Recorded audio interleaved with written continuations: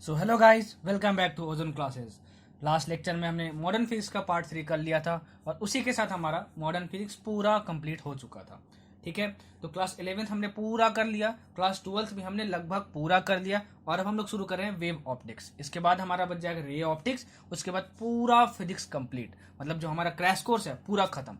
ठीक है, जो नए बच्चे हैं जो मेरा पहली बार इस वीडियो को देख रहे हैं, ठीक है, मैं उसको क्या बोलूँगा कि क्लास 11th का पूरा रिवीजन क्रैश कोर्स सीरीज खत्म हो चुका है, क्लास 12th भी खत्म होने को है। ये हमारा वेव ऑप्टिक्स है, उसके बाद हमारा रे ऑप्टिक्स आएगा, फिर क्लास 12th पूरा कंप्लीट हो गया। ठीक है, तो रिवीजन मैंने बहुत अच्छे तरीके से करवाया, बहुत बारीक तरीके से करवाया है। अगर मैं जो बोला हूँ और जो मैं लिखा हूँ अपने पूरे लेक्चर्स में, आप उसके बेसिस पे नोट्स बना लिए होगे और previous year question bank solve कर लिए होगे, तो अभी तक आपका कमांड बहुत ज़्यादा अच्छा हो गया होगा फिजिक्स में। और आप एटलीस्ट अगर पहले 10% थे फिजिक्स में, तो 50% मतलब 5 गुना ज़्यादा इंप्रूवमेंट हुआ होगा। ठीक है ना, इतना इंप्रूवमेंट तो हुआ ही होगा, अच्छे सुने होगे। तो जो नए बच्चे हैं, ठीक है, मैं उनको ये रिकमेंड करूंगा कि प्लीज़ आप उन सारे लेक्चर्स को जाके देखो, हाँ, और सीक्वेंस वाइज देखो। उसके लिए आपको इसी चैनल पे उसकी अलग से प्लेलिस्ट बनी हुई है। अभी तक उसमें कितने 32 या 33 वीडियोस हो गए होंगे।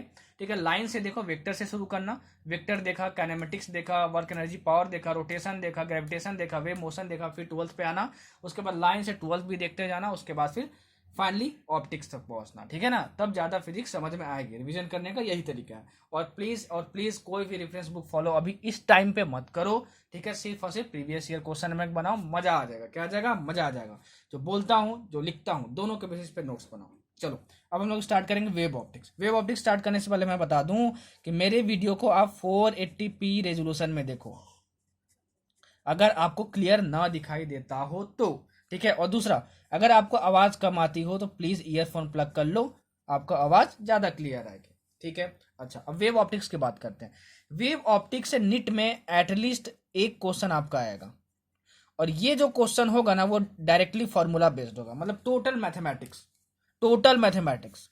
बस थोड़ी बहुत कॉन्सेप्ट की जरूरत पड़ती है वेव ऑप्टिक्स में। और पता नहीं ये चैप्टर जो है बच्चों को क्यों बहुत ज्यादा कॉम्प्लिकेटेड और टफ लगता है। सारे बच्चों की बात नहीं कर रहा हूँ, हो सकता है कुछ बच्चों को समझ में आ जाता हो, लेकिन बहुत सारे बच्चों को, मेजॉरिटी ऑफ स्टूडेंट्स को ये चैप्टर टफ और कॉम्प्लिकेटेड लगता है समझने में। ठीक है, लेकिन ये चैप्टर है बहुत ईजी। ये चैप्टर देखने से पहले वेव ऑप्टिक्स में आपको ये बोलूंगा कि प्लीज और प्लीज आप मेरा क्लास 11 का एसएचएम का लेक्चर एंड वेव मोशन का लेक्चर दोनों को देखने के बाद वेव ऑप्टिक्स देखना, तब ये आपको ज्यादा क्लियर होगी। ठीक है, क्योंकि जो मैंने वेव मोशन पढ़ाया था उसमें बहुत सारे फॉर्मूले थे जो कि वेव ऑप्टिक्स में भी यूज होने वाले हैं। तो अगर वो नहीं देखे हो वेव मोशन वाला चैप्टर, पहले वो जाके देख लेना। ठीक है, तब ये देखना, नहीं तो डायरेक्ट ये देख रहे हो, अगर कुछ समझ में नहीं आया तो आपकी गलती है। ठीक है, और फिर से मैं बोल रहा हूँ, ये हमारा क्रैश कोर्स है। प्लीज़ यार कमेंट करके बार बार ये मत बोला करो कि सर आप डेरिवेशन नहीं करवाया, बहुत ज़्यादा एक्सप्लेन नहीं किए। अरे भाई, पूरे यूट्यूब पे सर्च कर लेना रिवीजन लेक्चर। ठीक है, कोई भी चैप्टर हो, इलेक्ट्रोस्टैटिक्स हो, सेमीकंडक्टर हो, 1 घंटे के अंदर निपटा देते हैं बस फॉर्मूला लिख के। आप देखोगे सेमीकंडक्टर का रिवीजन लेक्चर मैंने 3 पार्ट में किया है, पूरा 6 घंटे लिया। इलेक्ट्रोस्टैटिक 4 घंटे में करा, उसमें previous year question bank solve करवाया बहुत सारे ईयर्स का। ठीक है, उसके बाद फिर बहुत सारे कॉन्सेप्ट को एक्सप्लेन किया, सब कुछ किया है। तो रिवीजन ऐसे कोई नहीं करवाता है यार, तो एटलीस्ट रिवीजन में बहुत ज़्यादा मैं आपको इनपुट देता हूँ। तो अभी डेरिवेशन ये सब एक्सपेक्ट मत करो, ये रेगुलर क्लासेस हमारे नहीं है, हमारे क्रैश कोर्स है। लेकिन हाँ, नीट पॉइंट ऑफ व्यू से जितना भी इंपॉर्टेंट है, जितने भी टॉपिक्स हैं सिलेबस में, सब कुछ कवर करूंगा, कुछ भी छोड़ूंगा नहीं। और जो भी बोलूंगा, जो लिखूंगा, दोनों के बेसिस पे नोट्स बनाना, बैठ के पढ़ना, मजा आ जाएगा। क्या आ जाएगा? मजा आ जाएगा, झमाझम मजा आ जाएगा। ठीक है, चलो स्टार्ट करते हैं वेव ऑप्टिक्स। जितना जरूरत है जिससे क्वेश्चन हमारा सॉल्व हो जाए उतना ही हम रिवाइज करेंगे, और जितना नीट में सिलेबस है उतना ही पढ़ेंगे। ठीक है, कोचिंग के मटेरियल में बहुत कुछ फालतू ये रहता है, तो वो सब मैं स्किप करूंगा। क्या पढ़ना है, क्या नहीं पढ़ना, सब कुछ बताऊंगा। किसी क्वेश्चन को अप्लाई करना है, नहीं करना है, कैसे करना है, सब बताऊंगा आपको। ठीक है, अच्छा, तो चलो स्टार्ट करते हैं वेव ऑप्टिक्स। वेव ऑप्टिक्स में सबसे पहला टर्म वेव फ्रंट। बाप रे बाप सर, वेव फ्रंट क्या बोल दी, मतलब इतना भयानक सा वर्ड पहले ही बता दी। देखो यार, मतलब इतना गोलू मोलू सा टर्म है, ये बताता हूँ आपको वेव फ्रंट क्या होता है। देखो, अगर मान लो ये आपके पास कोई लाइट सोर्स है, लाइट सोर्स, ये क्या है? लाइट सोर्स मतलब क्या? इसमें से लाइट निकल सकती है। इसमें से क्या निकल सकती है? लाइट निकल सकती है। मान लो इसमें से लाइट निकल रही है, ऐसे, ये रेज है, लाइट रेज है, इतना तो जानते हो गया यार, बेसिक्स रिवीजन कर रहे हो तो। ये रेज ऑफ लाइट है, ठीक है, अच्छा, ये रेज ऑफ लाइट है। अगर हम इस पॉइंट की बात करें, देखो, इस पॉइंट की बात करें, जो हमारा लाइट है ना, वो वेव नेचर का भी होता है। क्या होता है? वेव नेचर का भी होता है। मतलब एक लाइट जो है वो वेव की तरह भी बिहेव करता है, और जो लाइट होता है वो ट्रांसवर्स वेव होता है। अब ये मत पूछना ट्रांसवर्स वेव क्या होता है, ट्रांसवर्स वेव मैं बता चुका हूँ वेव मोशन में, ठीक है। तो वहां की सारी चीजें मैं यहाँ एक्सप्लेन नहीं करूंगा, ठीक है। लाइट क्या होता है? ट्रांसवर्स वेव नेचर का होता है। तो देखो एक पॉइंट सोर्स से, मतलब जो जहां से लाइट निकल सकती है वहां से रेज ऑफ लाइट निकल रहे हैं। इस पॉइंट की हम बात करें, इस पॉइंट की बात करें, इस पॉइंट की बात करें, इस पॉइंट की बात करें, इस पॉइंट की बात करें, मतलब इस लाइट सोर्स से इक्वल डिस्टेंस पे हम देखें, यहाँ पे देखें, यहाँ पे देखें, यहाँ पे देखें, यहाँ पे देखें, यहाँ पे देखें, ठीक है। तो होता क्या है कि जो वेव है यहाँ से चल गया यहाँ तक, यहाँ से चल गए यहाँ तक, यहाँ से चल गए यहाँ तक, यहाँ से चल गए यहाँ तक, यहाँ से चल गया यहाँ तक। तो इन सारे पॉइंट को जब आप ज्वाइन करोगे, जो कि इस पॉइंट से इक्वल डिस्टेंस पे है, ठीक है, तो ये जो भी डिस्टरबेंस यहाँ से यहाँ तक आया, डिस्टरबेंस मतलब वेव आया, ठीक है ना, लाइट एक वेव की तरह बिहेव करती है, यहाँ से यहाँ तक आया, सभी जो है वो सेम फेज में है। क्या? सभी सब सेम फेज में। अब फेज का मतलब क्या होता है ये नहीं बताऊंगा, एसएचएम और वेव मोशन में बता चुका हूँ, ठीक है। सेम फेज में, अरे वेव है, वेव का एक इक्वेशन होता है, कैसे होता है? y equal to A sine omega T plus five, ठीक है, इसको हम लोग बोलते हैं फेज। देखो ये चीज होता है हमारा फेज, ठीक है ना। तो अगर हमारा जो दूसरा वेव है वो ऐसा ही है, उसका सेम फेज ही है, मतलब ओमेगा टी प्लस फाइव है, ये देखो, ये भी फेज कहलाता है, ठीक है, ऐसा फेज कहलाता है। तो जब इसको ज्वाइन करोगे आप, इन सरफेसेस को आप ज्वाइन करोगे आप, ठीक है ना, ये सर्कुलर नहीं है, ये स्फेरिकल है, ये 3D व्यू है, ठीक है। तो आप इन पॉइंट्स को जब ज्वाइन करोगे तो आपको एक सरफेस मिलेगा, ठीक है, सरफेस मिलेगा जो कि एक कांस्टेंट फेज का होगा। देखो यहाँ पे इस वेव का भी फेज इतना है, इस वेव का भी इतना ही फेज है, ठीक है ना। तो उसको हम लोग बोलते हैं वेव फ्रंट। जैसे मान लो जब तुम जन्म लिए थे ना, तो तुम्हारा नाम सोचा जा रहा था कि क्या किया जाए, तुम्हारा नाम क्या रखा जाए, गोलू, मोलू, सोनू, साक्षी, रनावत, ऋषभ, शाह, क्या रखा जाए, ठीक है। तो किसी ने डिसाइड किया चलो ऋषभ शाह नाम रख देते हैं, तो ठीक है। वैसे ही क्या किया कि फिजिक्स में ये देखा गया कि ऐसे सरफेस का क्या नाम रखा है, तो हम लोग बोल दिया कि उसको क्या बोलते हैं, वेव फ्रंट बोलते हैं। क्या बोलते हैं? वेव फ्रंट बोलते हैं। तो आप क्या बोलोगे? Wave front is a surface of constant phase. Wave front is a surface of constant phase. और मोर प्रिसाइजली हम इसको डिफाइन करें तो क्या लिखेंगे हम लोग? It is continuous locus, it is continuous locus of all the particles of a medium, of all the particles of a medium which are vibrating in same phase, which are vibrating in same phase। देखो locus मतलब होता है path. देखो इनके paths को join कर दिया, ठीक है, हमको एक सरफेस मिला, ठीक है, उसी को बोला कॉन्टिन्यूअस लोकस। ये कॉन्टिन्यूअस लोकस से कहीं भी देखो जोड़ा हूं तो ब्रेक हुआ है क्या? नहीं हुआ है। Of all the particles of which are vibrating in same phase, सबका फेज क्या है? सेम है। तो आपसे क्वेश्चन ये पूछा जाता है कि मान लो कि ये क्या है? एक वेव फ्रंट है, ऐसा मान लो दिया गया, ये वेव फ्रंट है।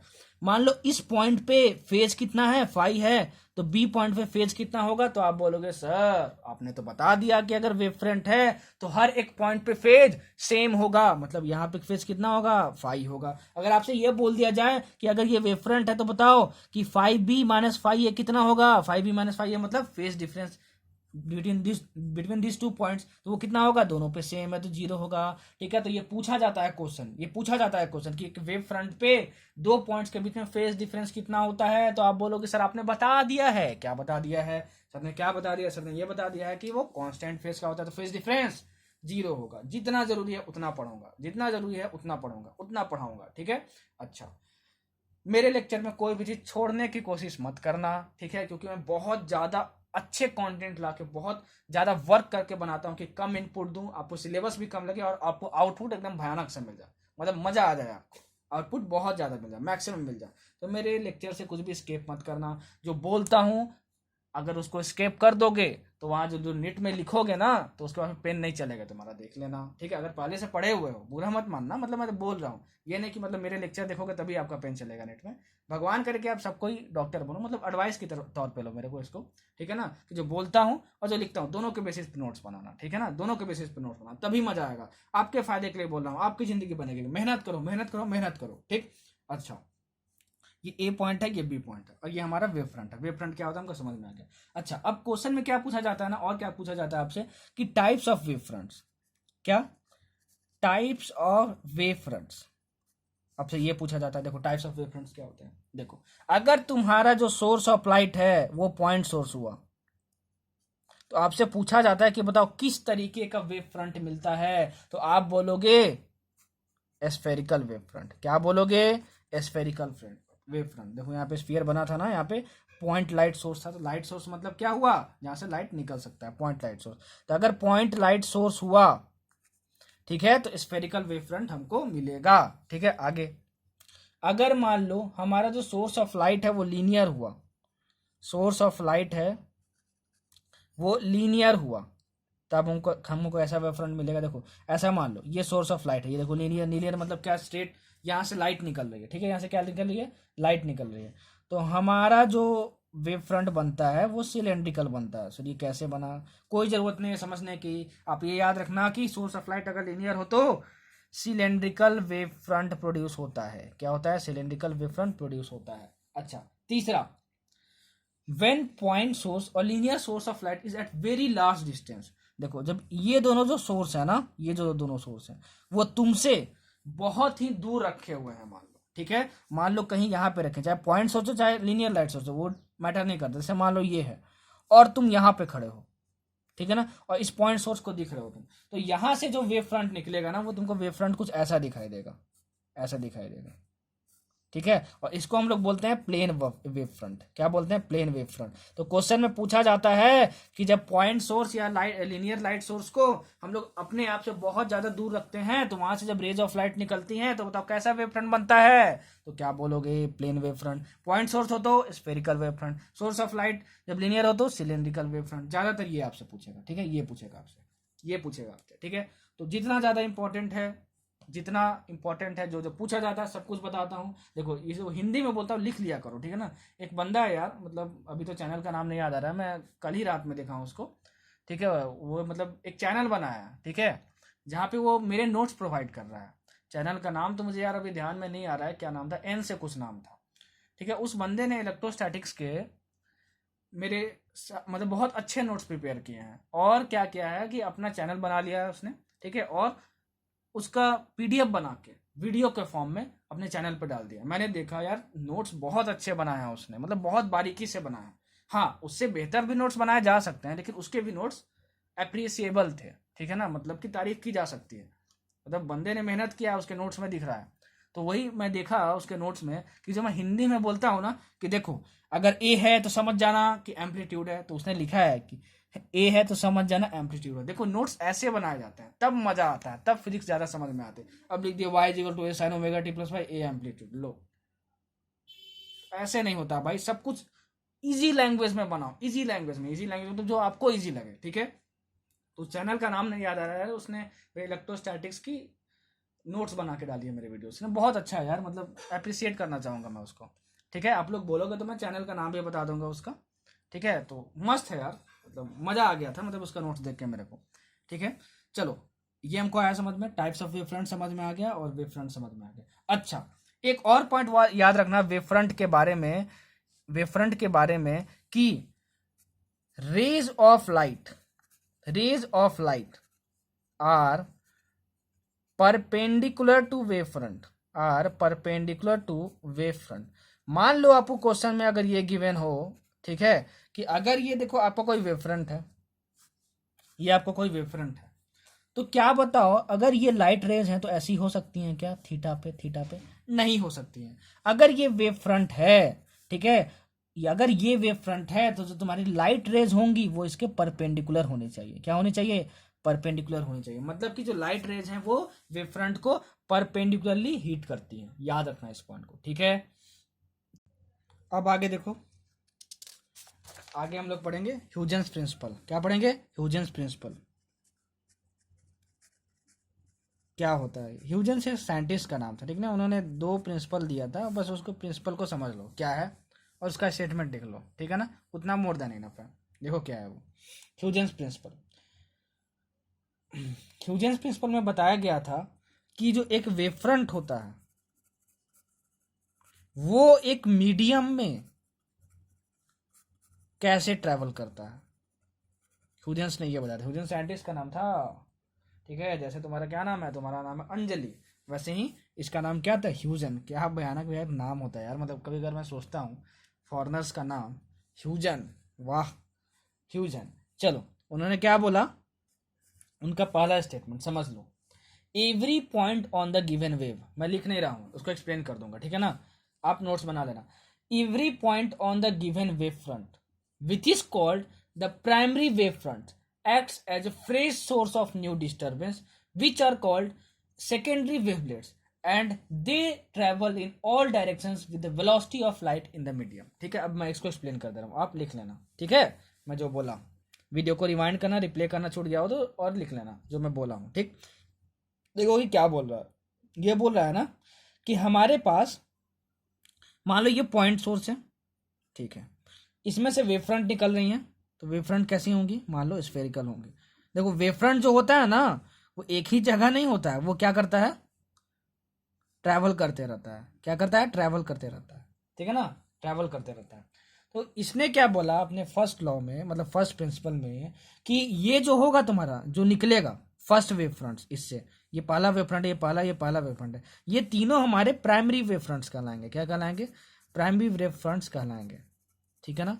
ये जो वेव फ्रंट है, ठीक है ना, वो सेकेंडरी वेवलेट प्रोड्यूस कर सकते हैं। कैसे, इनके टेंजेंट को ड्रॉ करो, मतलब ज्वाइन करो, ठीक है ना, इनके टेंजेंट को ज्वाइन करो, ठीक है, और इसको मिला दो, ऐसे करके मिला दो, मिला दिए, ठीक है, मिला दिए, तो ये जो तुमको मिलेगा, ये सरफेस, ठीक है ना, वो कहलाएगा तुम्हारा सेकेंडरी वेवलेट। क्या कहलाएगा, सेकेंडरी वेवलेट। तो ये इसका सोर्स क्या था, सेकेंडरी वेवलेट का, ठीक है, सोर्स था प्राइमरी वेव फ्रंट। तो वही बोलता है, ठीक है ना, ह्यूजेंस प्रिंसिपल, मतलब फर्स्ट प्रिंसिपल बोलता है कि प्राइमरी वेव फ्रंट जो है वो सेकेंडरी वेवलेट के लिए क्या होगा, सोर्स होगा, ये बोलता है। और सेकेंड लॉ क्या बोलता है, मतलब सेकेंड प्रिंसिपल क्या बोलता है, सेकेंड प्रिंसिपल ये बोलता है कि देखो ये तुम्हारा वेव फ्रंट था, तो इसके इस वाले पॉइंट को भी तुम ज्वाइन कर सकते थे। देखो इस वाले पॉइंट को भी तुम ज्वाइन कर सकते थे, ऐसे करके। तुम्हें इसको ज्वाइन नहीं करना है। जो वेव फ्रंट है वो हमेशा फॉरवर्ड डायरेक्शन में ही ट्रैवल करेगा और स्पीड ऑफ लाइट से ही ट्रैवल करेगा, ठीक है। तो आप इसको नहीं ज्वाइन कर सकते, हमेशा फॉरवर्ड पॉइंट से ही ज्वाइन करोगे, ठीक है ना, हमेशा फॉरवर्ड पॉइंट से ज्वाइन करोगे। ये हमारा सेकंड प्रिंसिपल बोलता है। मैं स्टेटमेंट पढ़ दे रहा हूं, लिख देना, ठीक है ना, अपने कॉपी में। A surface touching this secondary wavelets tangentially, देखो टेंजेंट है यहाँ पे, tangentially in the forward direction at any stand gives the new wave front at that stand and that is called the secondary wave front. मतलब ये secondary wavelet से जो मिलके wave front बनेगा उसको हम लोग क्या बोलेंगे, सेकेंडरी वेव फ्रंट बोलेंगे। तो दोनों स्टेटमेंट बस उसको याद करके भी चल जाओगे ना, और वो दोनों स्टेटमेंट है क्या, मैं समझा भी दिया, ठीक है। तो क्या, तो फिर मजा आ जाएगा, मतलब क्वेश्चन बन जाएगा। फ्यूजन प्रिंसिपल से प्रिंसिपल लिख देगा और बोलेगा बता फर्स्ट प्रिंसिपल है कि सेकंड प्रिंसिपल है, आपको प्रिंसिपल बता देगा और बोलेगा बता इसमें से कौन सा प्रिंसिपल ह्यूजेंस प्रिंसिपल है, ठीक है। अच्छा, एक चीज और याद रखना, एवरी वेव फ्रंट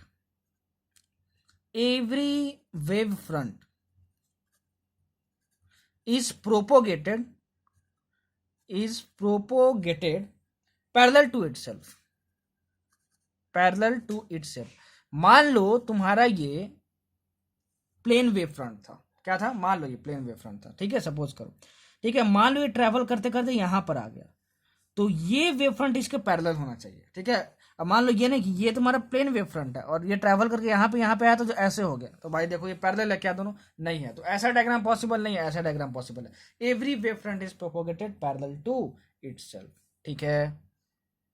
अब कुछ चीजें प्लेन वेव फ्रंट के बारे में याद रखना, ठीक है ना। प्लेन वेव फ्रंट के बारे में डायरेक्ट यहां से क्वेश्चन आता है। प्लेन वेव फ्रंट के बारे में आपसे बोला जाएगा कि अगर एक प्लेन वेव फ्रंट है, प्लेन वेव फ्रंट कैसा होता है, ऐसा होता है, देखो ऐसा होता है।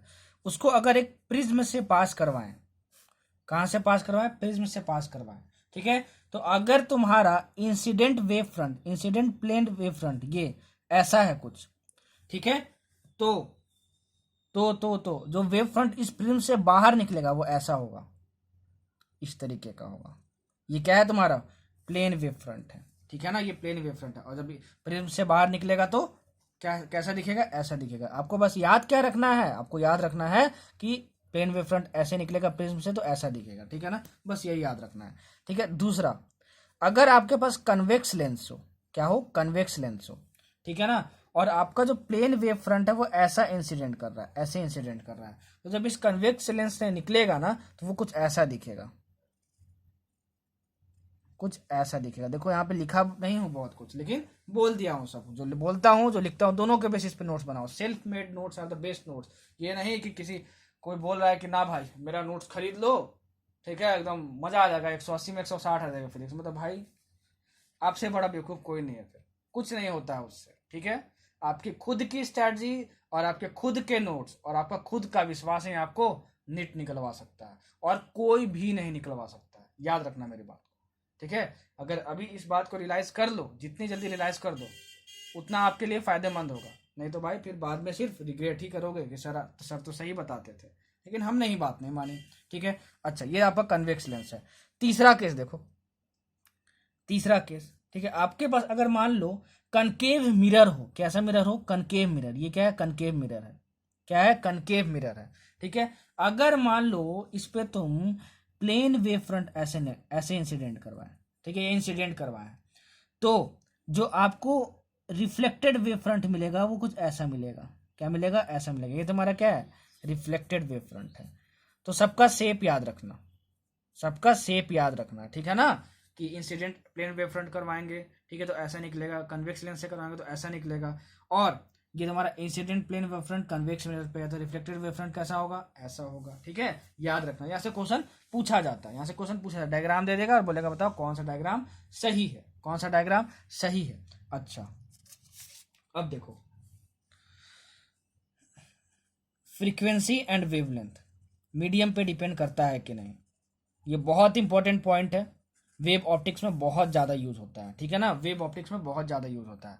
देखो अगर मान लो, ठीक है, ये एक सरफेस है जो दो मीडियम को सेपरेट कर रहा है, मान लो ये आपका एयर है और ये मान लो कोई मीडियम है, ठीक है, और उसका रिफ्रैक्टिव इंडेक्स म्यू है। रिफ्रैक्टिव इंडेक्स क्या होता है नहीं जानते हो तो भाई समझो कि फिजिक्स में कुछ नहीं जानते हो आप, ठीक है ना। एटलीस्ट रिफ्रैक्टिव इंडेक्स का नाम तो सुने होगे ना, तो उतना समझ जाना कि रिफ्रैक्टिव इंडेक्स को हम लोग म्यू से डिनोट करते हैं। ये मीडियम का रिफ्रैक्टिव इंडेक्स है, इसी की वजह से क्या होता है, रिफ्रैक्शन होता है। ठीक है, अच्छा तो अगर मान लो कोई लाइट आएगी, इस पे इंसिडेंट करेगी, ठीक है, और इस मीडियम में जाएगी, देखो इस मीडियम में जाएगी, ठीक है। अच्छा लाइट जो है वो वेव नेचर का भी होता है, तो अगर लाइट वेव है तो उसके पास फ्रीक्वेंसी होगी, उसके पास वेवलेंथ होगी। अच्छा फ्रीक्वेंसी होगी, वेवलेंथ होगी। अच्छा तो जो फ्रीक्वेंसी होता है ना वो चेंज नहीं होता एक मीडियम से दूसरे मीडियम में जाने में, ठीक है, लेकिन जो वेवलेंथ होता है वो चेंज हो जाता है वेव का, लाइट वेव का। याद रखना बहुत इंपॉर्टेंट पॉइंट है। when a light ray goes one medium to another medium, frequency never changes but wavelength changes, and वो जो तुम्हारा वेवलेंथ होता है वो होता है lambda dash is equal to lambda by mu. बहुत ज्यादा इंपॉर्टेंट, बहुत ज्यादा इंपॉर्टेंट, बहुत ज्यादा इंपॉर्टेंट। इसका यूज आपको यंग्स डबल स्लिट एक्सपेरिमेंट में आएगा, याद रखना है इसको, ठीक है ना, कि अगर एक लाइट वेव एक मीडियम से दूसरे मीडियम में जाती है तो उसका जो वेवलेंथ है वो क्या हो जाता है, चेंज हो जाता है। वो कितना होता है, लेमडा बाई म्यू। और ये लेमडा क्या है, वेवलेंथ इन वैक्यूम और एयर, वेवलेंथ इन वैक्यूम और एयर, ठीक है, तो 1/μ टाइम्स हो जाता है। ठीक है, याद रखना, वेवलेंथ चेंज होता है, फ्रीक्वेंसी चेंज नहीं होता। ठीक, आगे देखो, कोहेरेंट सोर्सेस क्या होते हैं। यहां से क्वेश्चन नहीं आएगा, इसका डिफिनीशन थोड़ा सा इंपॉर्टेंट है, बस डिफिनीशन लिख लो, ठीक है, that is more than enough. sources of light which emits continuous light waves, which emits continuous light waves of same wavelength, of same frequency and having a constant phase difference. ठीक है, अगर coherent sources के definition से question आता है तो आपसे यही पूछा जाएगा कि बताओ कि कोहेरेंट सोर्सेज में क्या क्या सेम होता है, तो सेम वेवलेंथ सेम होता है, फ्रीक्वेंसी सेम होता है और कांस्टेंट फेज डिफरेंस होता है। इसको याद कर लेना, क्या होता है क्या नहीं होता है, ये हमारे रेगुलर क्लास नहीं है, ठीक है, यहाँ मैं उतना एक्सप्लेन नहीं करूंगा क्योंकि बस इसका डिफिनेशन इंपॉर्टेंट है। आपसे क्या पूछेगा क्वेश्चन, यहाँ से बताओ क्या क्या सेम होता है, ठीक है, तो फ्रीक्वेंसी सेम होता है, वेवलेंथ सेम होता है। कोहेरेंट सोर्सेज मतलब क्या होता है कि ऐसे सोर्स ऑफ लाइट जो कि लाइट तो इमिट करे और कॉन्टिन्यूअस करे, ये नहीं कि इमिट कर रहा है बीच में रुक गया, इमिट कर रहा है बीच में रुक गया, ऐसा नहीं होना चाहिए। लाइट वेव कॉन्टिन्यूसली निकलनी चाहिए, और जो जो लाइट वेव्स कॉन्टिन्यूसली निकल रही हैं उन सबका वेवलेंथ सेम होना चाहिए, फ्रीक्वेंसी सेम होना चाहिए, और सबके बीच में फेज डिफरेंस कांस्टेंट होना चाहिए। क्या होना चाहिए? कांस्टेंट होना चाहिए। उसको बोलते हैं हम लोग कोहेरेंट सोर्सेज ऑफ लाइट, ठीक है ना। अगर ऐसा नहीं हुआ तो उसको हम लोग क्या बोलेंगे? इनकोहेरेंट। क्या बोलेंगे? इनकोहेरेंट, ठीक है। इतनी चीजें आप याद रखना। और हाँ, अगर तुम्हारा कोहेरेंट सोर्सेज है, ठीक है ना, तो coherent sources of light can only B obtained by a single device. इसका मतलब ये हुआ कि मान लो तुम्हारे पास टॉर्च है और मेरे पास लेजर लाइट है, और दोनों को जला दिए, ठीक है, तो वहां से जो लाइट वेव्स निकलेंगे ना, तो वहां उन दोनों के बीच में कांस्टेंट फेज डिफरेंस नहीं होगा। मतलब कि अगर तुमको एक ही डिवाइस यूज करना पड़ेगा, मतलब क्या, तुमको सिर्फ टॉर्च ही यूज करना पड़ेगा, तभी तुमको कोहेरेंट सोर्स मिलेगा, ठीक है। जो बोला हूं, जो लिखा हूं, दोनों के बेसिस पे नोट्स बना लेना, ठीक है। अब देखो आता है सबसे बड़ा topic, Young's double slit experiment. Young's double slit experiment, ठीक है। YDSE, इसको शॉर्ट में क्या बोलते हैं? YDSE। बहुत ज्यादा इंपॉर्टेंट है। वेव ऑप्टिक्स से अगर क्वेश्चन आता है तो 95% चांस है कि क्वेश्चन यहीं से बनेगा, यंग्स डबल स्लिट एक्सपेरिमेंट से ही बनेगा, ठीक है। तो अच्छे से समझना, जितने फॉर्मूले बताऊंगा एकदम मस्त तरीके से बताऊंगा, जितने फॉर्मूले बताऊंगा बस उतना ही याद रखना। वेव ऑप्टिक्स मतलब यंग्स डबल स्लिट एक्सपेरिमेंट का कोई भी क्वेश्चन होगा, चाहे नीट में आया हुआ है या फिर आपके जो टेस्ट सीरीज में आता है आपसे, बन जाएगा। बस शर्त इतना है कि जो बोला हूं, जो लिखा हूं, दोनों के बेसिस पे नोट्स बनाना। और बिलीव इन योर पोटेंशियल, अपने पोटेंशियल पे बिलीव करो, नहीं तो सब कुछ पढ़ भी लोगे और खुद पे भरोसा नहीं है तो फिर एग्जाम में क्या कर लोगे? एग्जाम में फिर हो गया, फिर एग्जाम में कुछ नहीं कर पाओगे, ठीक है। तो विश्वास होना उतना ही इंपॉर्टेंट है जितना पढ़ना इंपॉर्टेंट है। चलो, यंग्स डबल स्लिट एक्सपेरिमेंट देखो, समझते जाना सबको, जो जो बता रहा हूं आपको। इंटरफेरेंस होने के लिए, इंटरफेरेंस होने के लिए जो तुम्हारे पास लाइट सोर्सेज हैं वो कोहेरेंट होने चाहिए, ठीक है। मतलब कि उनके बीच में कांस्टेंट फेज डिफरेंस होना चाहिए, इतना समझ लो। What is interference? Interference means mixing of light waves, ठीक है। जैसे मान लो तुम सामने से जा रहे हो और तुम्हारे सामने से कोई और आ रहा है, दोनों भिड़ गए, ठीक है, भिड़ गए, ठीक है। मतलब क्या? दोनों के बीच में इंटरफेरेंस हो गया, मतलब दोनों एक दूसरे से मिल गए, ठीक है। तो मिलना is called interference in physics, इतना हमको समझ में आया। तो इंटरफेरेंस ऑफ लाइट वेव्स चाहिए, that can only be possible due to coherent sources, याद रखना, ठीक है, इंटरफेरेंस होने के लिए, ठीक है। अच्छा, इतना समझ में आया। तो यंग्स डबल स्लिट एक्सपेरिमेंट में इंटरफेरेंस ऑफ लाइट वेव्स के बारे में ही एक्सपेरिमेंट किया गया था, ठीक है। देखो ये सब लिखते जाना भाई, जो जो बोल रहा हूं सब लिखते जाना, ठीक है। ये नहीं कि मैंने लिख रहा तो तुम भी मत लिखो, ठीक है। अब क्या था ये एक्सपेरिमेंट सर, ये बताइए, ठीक है। सो इंटरफेरेंस इसमें था, ठीक है। इंटरफेरेंस क्या होता है? It is the phenomenon of redistribution of light energy in a medium on account of superposition of light waves from two coherent sources। दो coherent sources से जब light waves आ रही हैं, दोनों के बीच में सुपरपोजिशन हो रहा है, मतलब टकरा रही हैं, तो उसको हम लोग बोलते हैं इंटरफेरेंस। अब देखो बहुत सारे फॉर्मूले यूज होने वाले हैं, कहाँ के? वेव मोशन के। अगर मान लो तुम्हारे पास दो लाइट वेव हैं, y is equal to A sine omega T, ठीक है, लाइट वेव की तरह भी बिहेव करता है, और y2 is equal to A sine omega T plus five. देखो दोनों के बीच में फेज डिफरेंस कितना है? फेज इसका ये है, फेज इसका ये है, तो दोनों के बीच में phase difference omega T plus five minus omega T मतलब फाइव है, ठीक है। तो जब ये दोनों वेव्स मिलेंगी, ये दोनों वेव्स जब मिलेंगी, ठीक है ना, ये दोनों वेव्स जब मिलेंगी, इसका एम्पलीट्यूड ए मान लो, इसका एम्पलीट्यूड बी मान लो, ठीक है। ये दोनों वेव्स जब मिलेंगी तो एक एम्पलीट्यूड मिलेगा रिजल्टेंट वेव का, उसका एम्पलीट्यूड क्या होगा? अगर उसको मैं आर एम्पलीट्यूड डिनोट करूं, मतलब रिजल्टेंट वेव का एम्पलीट्यूड, तो वो होगा हमारे पास under root A square plus B square plus 2ab cos five. सब वेव मोशन में बता चुका, नहीं देखे हो तो भाई आपकी गलती है, ठीक है ना, उसके लिए मैं कुछ नहीं कर सकता। हर लेक्चर में इतना समझाता हूँ, उतना समझाने के बावजूद भी अगर आप मेहनत नहीं कर रहे हो, सोच रहे हो कि सब आता है, तो भाई ठीक है, मत करो, ठीक है, नुकसान आपका होगा, मेरे को कुछ नहीं होना है, ठीक है। मैं एक टीचर की तरह आपको एडवाइस देता हूँ यार, मतलब दिल से चाहता हूँ सबको डॉक्टर बनो यार, लेकिन प्लीज सारी चीजों को फॉलो करो, तभी होगा, नहीं तो नहीं हो पाएगा यार, पहले ही क्लियर कर दे रहा हूँ, ठीक है। इसमें मत रहना कि बस जो सर लिखते हैं, क्या बोलते हैं, वही नोट कर लेता हूँ, जो बोलते हैं वो तो याद हो ही जाता है, नोट्स दोबारा रिवाइज करूंगा तो याद आ ही जाएगा, सर क्या बोले थे तो अभी तो याद आ जाएगा, 1 महीने बाद रिवाइज करोगे तो भाई क्या बोले थे सर, भूल जाओगे। तो भाई वैसे नहीं होता है, जैसे होता है मैं आपको सब कुछ एडवाइस करता हूँ, तो वैसे करो, ठीक है। अच्छा, ये जो दोनों वेव मिलेंगे, इस वेव की कुछ इंटेंसिटी होगी, इस वेव की कुछ इंटेंसिटी होगी, इसकी इंटेंसिटी I1 मान लेते हैं, इसकी इंटेंसिटी I2 मान लेते हैं। जब ये दोनों वेव मिलेंगे, ये दोनों वेव मिलेंगे, ठीक है, तो होगा क्या कि जो रिजल्टेंट इंटेंसिटी होगी, जो रिजल्टेंट इंटेंसिटी होगी वेव की, एक नया वेव बनेगा ना दोनों के मिलने के बाद, सब कुछ वेव मोशन में मैंने बताया, वहां का चीज अब यहाँ नहीं बताऊंगा। तो वो होगा तुम्हारा कितना, I1 plus I2 plus 2√I1 into I2 into cos phi. कितना होगा, I1 plus I2 plus 2√I1 I2 into cos phi. दोनों बहुत ज्यादा इंपॉर्टेंट है, बहुत ज्यादा इंपॉर्टेंट है, बहुत ज्यादा इंपॉर्टेंट है, बहुत ज्यादा इंपॉर्टेंट है, याद रखना, ठीक है ना। ठीक है, दो वेव्स मिलेंगी, दोनों का रिजल्टेंट एम्पलीट्यूड और दोनों का रिजल्टेंट इंटेंसिटी। एंड एक और चीज, दैट इज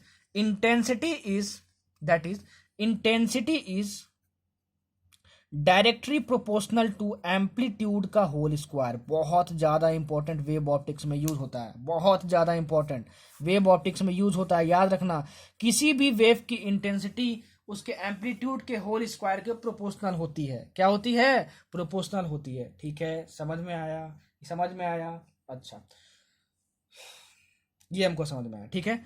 चलो, एक और रिलेशन मैंने वेव मोशन में आपको बताया था, ठीक है, क्या बताया था, पाथ डिफरेंस और फेज डिफरेंस के बीच में।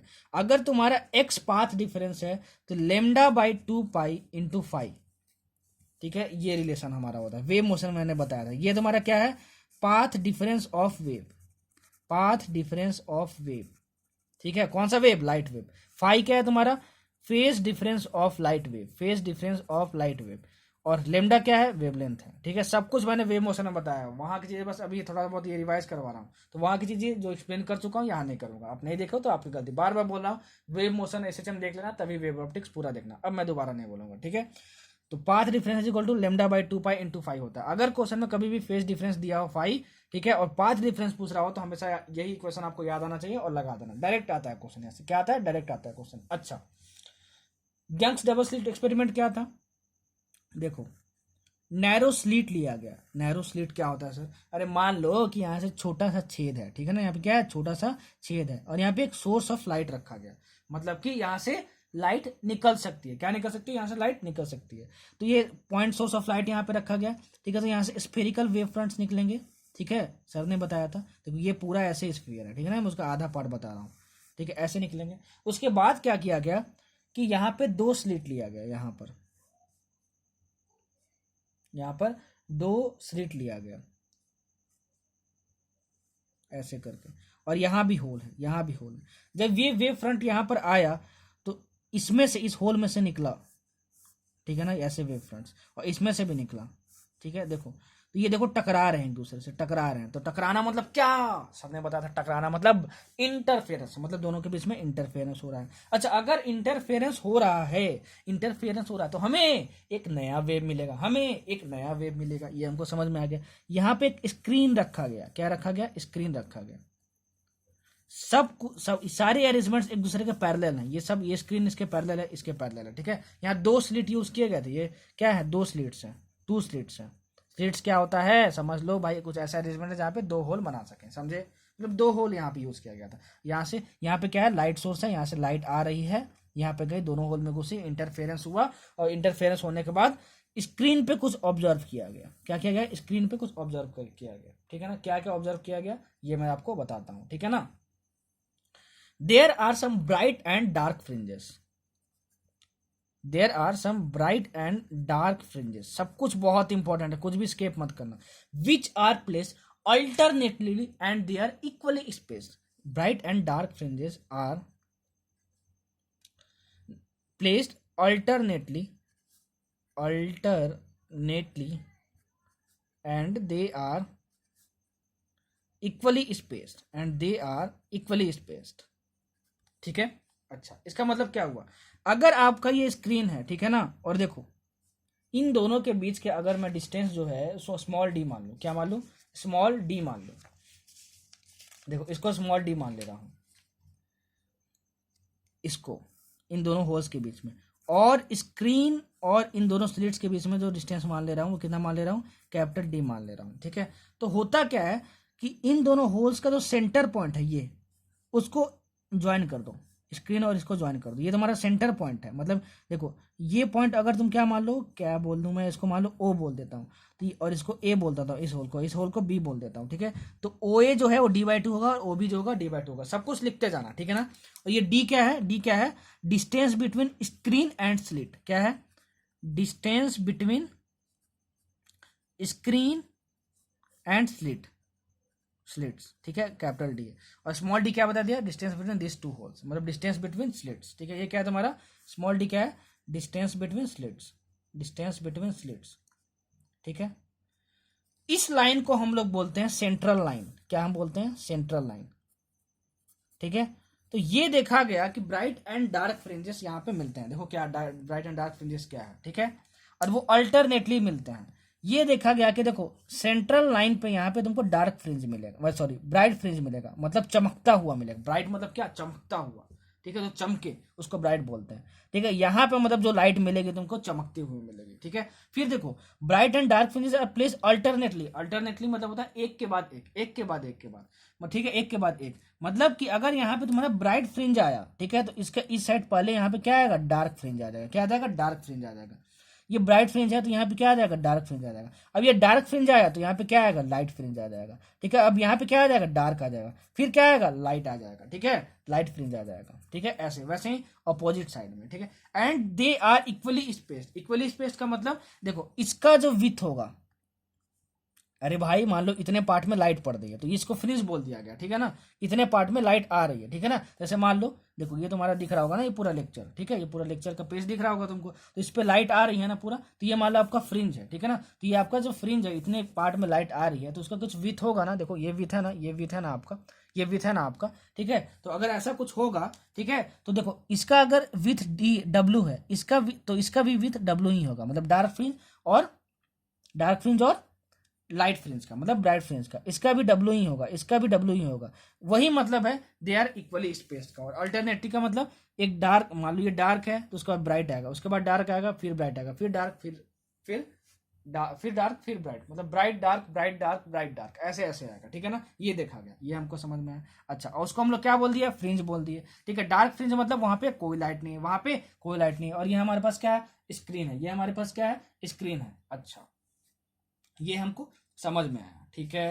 अच्छा, अब आगे देखो, अब थोड़ा सा मैं इसको दोबारा बना रहा हूँ, ठीक है ना, इसको मैं दोबारा बना रहा हूँ। देखो ये तुम्हारा क्या था, ये तुम्हारा ये था, यहाँ से लाइट सोर्स आ रहा था, और ये तुम्हारा दो स्लिट यूज किए गए थे, ठीक है, और ये तुम्हारा स्क्रीन था, ठीक है ना, और ये तुम्हारा क्या था, सेंट्रल था, सेंट्रल लाइन था, और ये कैपिटल डी डिस्टेंस था, distance between screen and slit. सब कुछ याद रखना कि कैपिटल डी क्या है, किसके बीच का डिस्टेंस है, distance between screen and slit, और ये क्या है, डिस्टेंस बिटवीन स्लिट्स है, ये डी है, और ये तुम्हारा क्या है, d/2 है, ठीक है ना। अगर मैं यहाँ से x डिस्टेंस ऊपर की बात करूं या फिर x डिस्टेंस नीचे की बात करूं, तो इसको हम लोग बोलते हैं क्या, पाथ डिफरेंस। क्या हम लोग बोलते हैं, पाथ डिफरेंस। क्या हम लोग बोलते हैं, पाथ डिफरेंस। तो अगर तुमको पोजीशन ऑफ ब्राइट फ्रिंज की बात करनी है, क्या बात करनी है, पोजीशन ऑफ ब्राइट फ्रिंज की बात करनी है, पोजीशन ऑफ ब्राइट फ्रिंज की बात करनी है, ठीक है। और पोजीशन ऑफ ब्राइट फ्रिंज को हम लोग बोलते हैं पॉइंट ऑफ मैक्सिमा और पॉइंट ऑफ मैक्सिमम, ठीक है। पॉइंट ऑफ मैक्सिमा और पॉइंट ऑफ मिनिमम, सब लिख लेना। देखो जो बोला हूँ सब, बहुत कुछ लिखा नहीं हूँ, लेकिन सब लिख लेना।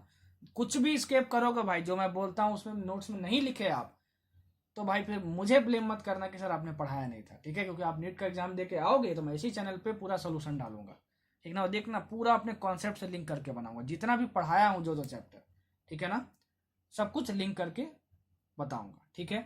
अच्छा, पोजीशन ऑफ ब्राइट फ्रिंज हो गया और तुम्हारा, और ये उसको क्या बोलते हैं, मैक्सिमा भी बोलते हैं, ब्राइट फ्रिंज को मैक्सिमा भी बोलते हैं। तो इसके लिए जो कंडीशन होता है वो होता है x is equal to N lambda into capital D by small D. बहुत इंपॉर्टेंट, बहुत इंपॉर्टेंट, बहुत इंपॉर्टेंट। और यहाँ पे जो n की वैल्यू होती है वो 0, 1, 2, 3, 4, डैश डैश डैश होती है, ठीक है। लेमडा क्या है, वेवलेंथ ऑफ लाइट। लेमडा क्या है, वेवलेंथ ऑफ लाइट। लेमडा क्या है, wavelength of light, wavelength of light. ये जो लाइट आ रही है ना भाई, उसकी क्या है, वेवलेंथ है, ठीक है। एन समझ में आ गया, 0 से शुरू होगा इस केस में। कैपिटल डी भी पता है हमको और स्मॉल डी भी पता है क्या होता है। अच्छा, अगर मैं ये बोलूं कि बताओ ये क्या है, पोजीशन ऑफ ब्राइट फ्रिंज है, ठीक है ना, मतलब कि ब्राइट फ्रिंज कौन कौन से पोजीशन पे आ रहा है, मतलब कि इसको क्या बोलते हैं हम लोग, सेंट्रल लाइन बोलते हैं। क्या बोलते हैं, सेंट्रल लाइन बोलते हैं, या फिर हम लोग इसको सेंट्रल मैक्सिमम बोलते हैं। क्या हम लोग बोलते हैं, सेंट्रल मैक्सिमम, सेंट्रल मैक्सिमम बोलते हैं इस लाइन को, या फिर सेंट्रल लाइन बोलते हैं, ठीक है। तो अगर मैं बोलूं कि बताओ सबसे पहला ब्राइट फ्रिंज हमको कब मिलेगा, तो सबसे पहला कब मिलेगा, हम इसको बोलेंगे जीरो रख देते हैं यहाँ पे। क्या रख देते हैं, जीरो रख देते हैं। तो यहाँ पे जीरो रख दिया मतलब क्या हुआ, X is equal to zero आ गया हमारे पास। तो X is equal to zero आ गया मतलब क्या, कि यही पॉइंट हो गया। तो इसी पॉइंट पे क्या आता है, सबसे पहले ब्राइट फ्रिंज आता है, इसलिए मैंने यहाँ पे इस लाइन पे ब्राइट फ्रिंज दिखाया था। ब्राइट फ्रिंज चमकता हुआ दिखेगा हमको, और इसको हम लोग बोलते हैं क्या, सेंट्रल ब्राइट फ्रिंज। क्या बोलते हैं, सेंट्रल ब्राइट फ्रिंज, ठीक है, सेंट्रल ब्राइट फ्रिंज, ठीक है। अच्छा, अगर मान लो तुम्हारा N is equal to one हुआ, अगर मान लो तुम्हारा n is equal to one हुआ, यहाँ पे देखो n is equal to one हुआ, तब तुम्हारा क्या आ जाएगा, x is equal to lambda into capital D by small D, ये आ जाएगा तुम्हारा, ये आ जाएगा तुम्हारा, ठीक है। इसको हम लोग बोलते हैं फर्स्ट ब्राइट फ्रिंज। क्या बोलते हैं, इसको हम लोग फर्स्ट नहीं बोलते, इसको हम लोग सेंट्रल ब्राइट फ्रिंज बोलते हैं। इसको हम लोग क्या बोलते हैं, फर्स्ट ब्राइट फ्रिंज, ठीक है। तो क्वेश्चन पता है कैसे आएगा, क्वेश्चन में आपको मेंशन होगा कि first bright fringe X is equal to 2 metre पे ऑप्टेन हो रहा है। बाप रे बाप, फर्स्ट ब्राइट फ्रिंज, कितना भयानक टर्म वर्ड यूज किया है। अब कैसे बनाएंगे सर क्वेश्चन को, तो आप बोलोगे मैं लॉ सर का स्टूडेंट हूँ, सर ने कितने अच्छे तरीके से समझाया था कि अगर ब्राइट फ्रिंज का पोजीशन निकालना हो तो X is equal to lambda into capital D by small D लगा देंगे। और फर्स्ट ब्राइट फ्रिंज कब मिलता है, N is equal to one पे मिलता है, N is equal to one पे मिलता है, तो मैं N is equal to one लगा दूंगा या फिर लगा दूंगी, और हमको फर्स्ट ब्राइट फ्रिंज का पोजीशन मिल जाएगा। तो पोजीशन 2 मीटर ये दिया रहेगा, डिस्टेंस बिटवीन स्क्रीन और स्लिट भी दिया रहेगा, स्मॉल डी भी दिया रहेगा। आपसे पूछ देगा बताओ वेवलेंथ ऑफ लाइट यूज कितना है, तो आप यहाँ से निकाल दोगे। तो अगर मैं बोलूं कि बताओ कि सेकंड ब्राइट फ्रिंज कब मिलेगा, उसका पोजीशन क्या होगा सेकंड ब्राइट फ्रिंज का, तो आप बोलोगे क्या सर इतने अच्छे से समझाते हो तब भी मेरे हम लोग पे भरोसा नहीं करते हो कि हम लोग नहीं बना पाएंगे। हम लोग बना पाएंगे, ठीक है। अगर सेकंड ब्राइट फ्रिंज की बात करें तो एन यहाँ 2 रख देंगे, तो एन इज इक्वल टू 2 रख देंगे हम लोग यहाँ पे, ठीक है। तो हमारे पास एक्स की वैल्यू क्या आ जाएगी, 2 lambda D by small D, ये तो हमारा क्या आ जाएगा, position of second bright fringe. मतलब कि यहां से देखो सब कुछ जो है वो सेंट्रल मैक्सिमम से, इस सेंट्रल लाइन से ही एक्स डिस्टेंस मेजर कर रहे हैं। यहां से 2 lambda by D into small D पे तुम्हारा क्या होगा, सेकंड ब्राइट फ्रिंज आएगा, ठीक है ना। ये समझ में आया हमको। वैसे N equal to 3, N equal to 4, ये आपको लिखने आना चाहिए, ये आपको लिखने आना चाहिए, ठीक है। अच्छा, अब बढ़ते हैं आगे। ये तुम्हारा हुआ पोजिशन ऑफ ब्राइट फ्रिंज और पोजिशन ऑफ मैक्सिमम, ठीक है। अच्छा, सेकेंड देखो, position of dark fringes. Dark fringes भी आते थे ना, पोजीशन ऑफ डार्क फ्रिंजेस। अच्छा, ठीक है, इसको हम लोग बोलते हैं मिनिमा। क्या बोलते हैं, मिनिमा, पॉइंट ऑफ मिनिमा या पॉइंट ऑफ मिनिमम बोलते हैं। कुछ भी बोले तो डार्क फ्रिंज बोले या मिनिमा बोले, समझ जाना क्या है, डार्क फ्रिंज की बात हो रही है, ठीक है ना। अच्छा, इसके लिए जो पाथ डिफरेंस होता है एक्स, वही एक्स जो अभी मैंने पिछले डायग्राम में लिखा है, सेंट्रल लाइन से ऊपर डिस्टेंस एक्स या फिर नीचे डिस्टेंस एक्स, ठीक है। वो एक्स जो होता है इसके लिए, डार्क फ्रिंज के लिए, वो क्या होता है, 2n-1 into lambda by 2 into capital D by small D. बहुत ज्यादा इंपॉर्टेंट है, अगेन बहुत ज्यादा इंपॉर्टेंट है, ठीक है। यहाँ पे जो एन होता है ना वो 1 से शुरू होता है, ये याद रखना है। N is equal to 1 2 3 4 dash dash dash, ठीक है। अगर मैं यहाँ पे एन इज इक्वल टू 1 रखूं, ठीक है, तो एक्स की वैल्यू क्या आ जाएगी जरा देखना। तो यहाँ पे एक्स की वैल्यू आ जाएगी, एन इज इक्वल टू 1 रखेंगे तो ये तुम्हारे पास आएगा lambda into 2 into D by D. इसको हम लोग क्या बोलते हैं,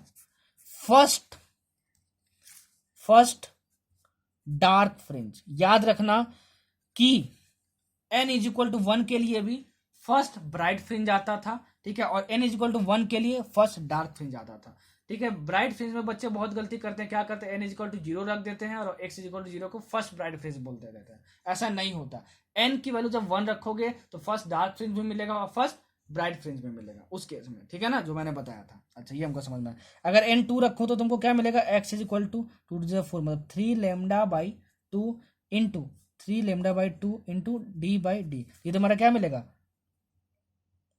सेकेंड डार्क फ्रिंज मिलेगा। तो ये आपको निकालने आना चाहिए, ठीक है ना। तो आपको क्वेश्चन में दिया रहेगा, ठीक है ना, कि बताओ फर्स्ट ब्राइट फ्रिंज का पोजीशन ये है, x इक्वल टू 2 मीटर, तो ब्राइट फ्रिंज वाला कंडीशन यूज कर लेना। सेकंड डार्क फ्रिंज का पोजीशन ये है तो ये सब यूज कर लेना। ये फॉर्मूला ध्यान में रखना, ठीक है, तो आप निकाल लोगे, ठीक है। ये फॉर्मूला बस ध्यान में रखना। और उसका क्या याद रखना, आप उसका क्या याद रखना, X equal to N lambda into capital D by small D. बहुत ज्यादा इंपॉर्टेंट है, बहुत ज्यादा इंपॉर्टेंट है, बहुत ज्यादा इंपॉर्टेंट है। अच्छा, अब देखो फ्रिंज विड्थ, फ्रिंज विथ क्या होता है? अरे भाई जो फ्रिंजेस बन रहे थे डार्क और वाइट, सॉरी डार्क और ब्राइट, ठीक है। तो देखो मैंने बताया, ये देखो इतने पोजीशन में लाइट आया है आपके, इतने पोजीशन में लाइट है मेरे पेपर पे, ठीक है। तो इसका कुछ विथ होगा ना, देखो विथ होगा ना, कुछ यहाँ पे कुछ चौड़ाई होगी ना यहाँ पे। वैसे ही फ्रिंज की विथ होती है, क्या होती है? फ्रिंज की विथ होती है, ठीक है। तो फ्रिंज विथ का डिफिनेशन क्या होता है मैं बोल देता हूँ। Distance between two consecutive bright fringes और two consecutive dark fringes is called the width of a fringe, ठीक है। चाहे तुम distance between two consecutive bright fringes निकालो या फिर तुम distance between two consecutive dark fringes निकालो, दोनों की वैल्यू सेम आने वाली है, ठीक है। और फ्रिंज विथ को हम लोग बीटा से डिनोट करते हैं, और इस बीटा की जो वैल्यू होती है वो होती है lambda into capital D by small D, lambda into capital D by small D, ठीक है। बहुत ज्यादा इंपॉर्टेंट, बहुत ज्यादा इंपॉर्टेंट। लगता है पेन खत्म हो गया यार मेरा, रेड पेन, ठीक है कोई बात नहीं, ठीक है। तो beta equal to lambda D by small D होता है, याद रखना। कितना कुछ बोल दिया हूँ, ठीक ना, फ्रिंज विथ के बारे में सब कुछ नोट कर लेना, बहुत इंपॉर्टेंट है, नहीं तो फिर क्वेश्चन नहीं बनेंगे, पहले बोल दे रहा हूँ। Beta is equal to lambda into capital D by small D. Lambda क्या है? Wavelength of light. डी क्या है? बता ही चुका हूँ। स्मॉल डी क्या है? बता ही चुका हूँ। यहाँ पे आपका यूज होगा वो वाला concept, lambda dash is equal to lambda by mu को। अगर मान लो इस यंग्स डबल स्लिट एक्सपेरिमेंट को हम लोग वाटर में करें तो फ्रिंज विथ पे क्या इफेक्ट पड़ेगा? तो देखो अब यंग्स डबल स्लिट एक्सपेरिमेंट को जब वाटर में हम डाल देंगे तो उस वाटर का कुछ रिफ्लेक्टिव इंडेक्स होगा म्यू, ठीक है, रिफ्लेक्टिव इंडेक्स होगा। तो क्या ये लेमडा लेमडा ही रहेगा? नहीं रहेगा सर, आपने बताया था किसी मीडियम में डाल देंगे हम लोग लाइट वेव्स को तो उसकी वेवलेंथ लेमडा बाई म्यू हो जाती है। तो जब इसको यंग्स डबल स्लिट एक्सपेरिमेंट को जब वाटर में डाल दिया, उसका रिफ्लेक्टिव इंडेक्स म्यू है, तो इस बीटा की वैल्यू कितना हो जाएगी? क्योंकि देखो बीटा यहाँ लेमडा पे डिपेंड कर रहा है, तो अब लेमडा डैश कितना हो जाएगा? लेमडा डैश हो जाएगा lambda by mu into D by small D, ये हो जाएगा, ठीक है। तो कभी भी किसी और मीडियम में करेंगे अदर देन एयर तो तुरंत ध्यान में आना चाहिए कि फ्रिंज विथ लेमडा पे डिपेंड करता है, तो फ्रिंज विथ चेंज होगा, और चेंज होगा तो न्यू फ्रिंज विथ कितना होगा? लेमडा की जगह लेमडा बाई म्यू रख देंगे बस, ठीक है ना, लेमडा बाई म्यू रख देंगे हम, ठीक है, into capital D by small D. बहुत बार क्वेश्चन आ चुका है यहाँ से नीट में, बहुत बार क्वेश्चन आ चुका है नीट में, मतलब फ्रिंज विथ चेंज होगा, ठीक है, फ्रिंज विथ चेंज होगा। तो यहाँ से आप देख सकते हो कि beta is inversely proportional to 1/μ, ठीक है, 1/μ होगा यहाँ पे, मतलब कि मीडियम पे डिपेंड करता है फ्रिंज विथ, ठीक है। अब घटेगा बढ़ेगा वो क्वेश्चन के हिसाब से आप कर लेना, क्योंकि इनवर्सली प्रोपोर्शनल है तो म्यू अगर बढ़ेगा तो बीटा घट जाएगा, फ्रिंज विथ क्या हो जाएगा? घट जाएगा।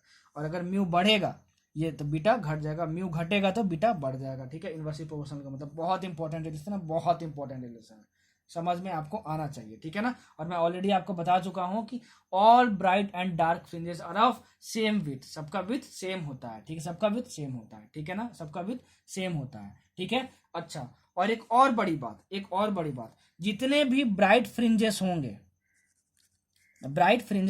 ठीक है, ब्राइट फ्रिंजेस मतलब जिसके पास लाइट होगा, सबकी इंटेंसिटी सेम होगी, अब डार्क फ्रिंजेस की बात करें तो डार्क फ्रिंजेस में तो लाइट होती ही नहीं है, ठीक है, लाइट होती ही नहीं है। तो इस पॉइंट को भी याद रखना कि जितने भी ब्राइट फ्रिंजेस ऑब्टेन होगी सबकी इंटेंसिटी वेरिंग नहीं होगी, सबकी इंटेंसिटी सेम होगी, ठीक है। और जो डार्क फ्रिंजेस है, ठीक है, डार्क फ्रिंजेस है वो तो पूरा डार्क है, तो उसकी इंटेंसिटी कितनी हो गई? उनकी इंटेंसिटी 0 हो गई, ठीक है। सारी चीजें याद रखना भाई, सारी चीजें जो बोला हूँ सबके बेसिस पे नोट्स बनाना, नहीं बनाओगे तो भाई क्वेश्चन नहीं बनेंगे, फिर से बोल दे रहा हूँ।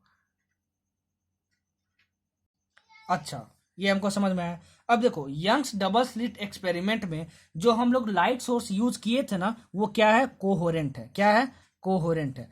अगर मान लो अगर हम लोग कोहेरेंट के जगह incoherent source of light use कर लिया यंग्स डबल स्लिट एक्सपेरिमेंट में, तब हमको कोई भी इंटरफेरेंस नहीं मिलेगा। और अगर हमको इंटरफेरेंस नहीं मिलेगा, ठीक है, तो जो भी फ्रिंजेस हमको मिल रहे थे वो हमको नहीं मिलेंगे, मतलब हमको फ्रिंज पैटर्न नहीं दिखाई देगा, याद रखना। तो क्वेश्चन में कभी पूछता है कि बताओ यंग्स डबल स्लिट एक्सपेरिमेंट में इनकोहेरेंट सोर्सेज यूज कर दिए तो क्या होगा? तो फ्रिंज पैटर्न में नहीं मिलेगा, मतलब डार्क फ्रिंजेस ब्राइट फ्रिंजेस आपको नहीं दिखाई देंगे, ठीक है ना, नहीं दिखाई देंगे। ये हमको समझ में आया? अच्छा, ये हमको समझ में आया, चलो। अच्छा, अब एक और चीज इस चीज के बारे में याद रखना कि जो हम लोग लाइट सोर्स यूज कर रहे थे, ठीक है, लाइट सोर्स यूज कर रहे थे यंग्स डबल स्लिट एक्सपेरिमेंट में, अगर वो लाइट सोर्स वाइट हो गया तो क्या होगा? अरे यंग्स डबल स्लिट एक्सपेरिमेंट में लाइट सोर्स यूज कर रहे थे ना, अब मान लो that light source is a white light source, मतलब वहां से व्हाइट लाइट निकलेंगे, तो क्या होगा? तो जो तुम्हारी फ्रिंजेस होंगी, इंटरफेरेंस फ्रिंजेस, मतलब इंटरफेरेंस के बाद जो तुमको फ्रिंजेस मिल रही थी वो सभी क्या होंगी, कलर्ड होंगी। याद रखना, बस इतना याद रखना है आपको, क्या होंगी, कलर्ड होंगी। क्या होंगी, कलर्ड होंगी।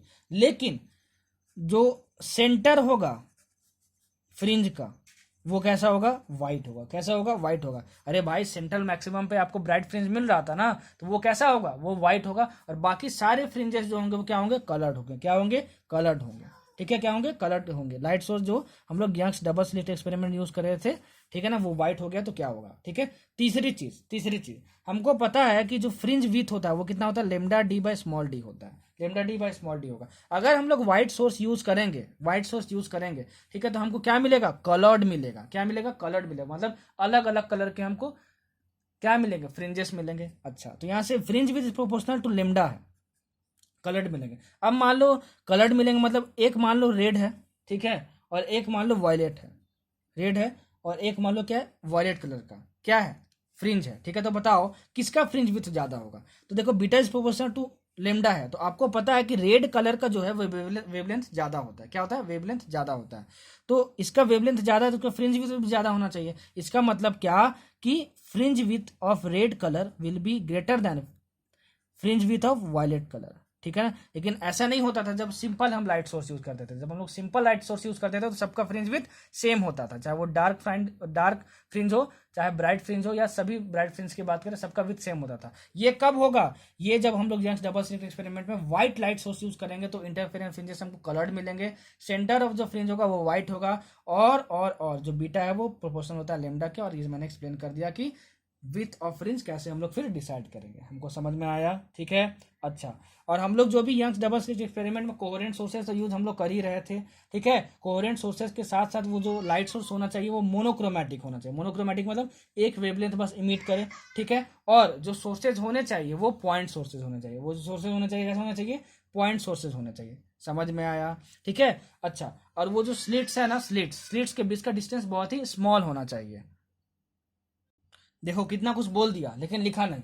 बार बार याद दिलाता हूँ यार, जो बोलता हूँ जो लिखता हूँ दोनों के बेसिस पे notes banana, please please please, दोनों के बेसिस पे आप नोट्स बनाना, ठीक है। तो ये हमको समझ में आया, ठीक है। अब देखो एंगुलर फ्रिंज विथ, अगर आपसे सिंपल फ्रिंज विथ की बात करें तो आप क्या बोलोगे, बीटा से उसको डिनोट करते हैं lambda into capital D by small D, ठीक है। एंगुलर फ्रिंज विथ जब भी क्वेश्चन में पूछ दे तो एंगुलर फ्रिंज विथ से शायद अभी तक तो क्वेश्चन नहीं आया है, ठीक है। लेकिन अगर एंगुलर फ्रिंज विथ से क्वेश्चन आता है तो इसको हम लोग अल्फा से डिनोट करते हैं, और अल्फा इज इक्वल टू होता है तुम्हारा, अल्फा इज इक्वल टू तुम्हारा होता है lambda by small D.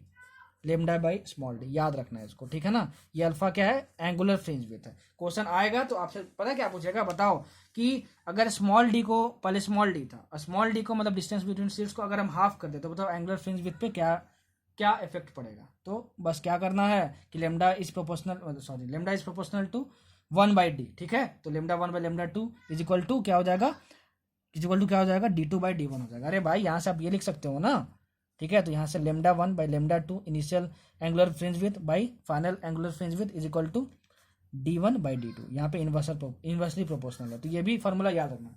Sir क्या होता है एंगुलर फ्रिंज विथ, ये मत समझो, कोई जरूरत नहीं, बस फॉर्मूले याद रखना, ठीक है। जितना जितना एक्सप्लेनेशन की जरूरत है सब कुछ समझा रहा हूँ। इतना रिवीजन लेक्चर में यार कोई आपको एक्सप्लेन नहीं करेगा, बहुत सारे बच्चों को दिक्कत होता है, इसलिए मैंने इतना ज्यादा एक्सप्लेन किया है, ठीक है। चलो अब बढ़ते आगे।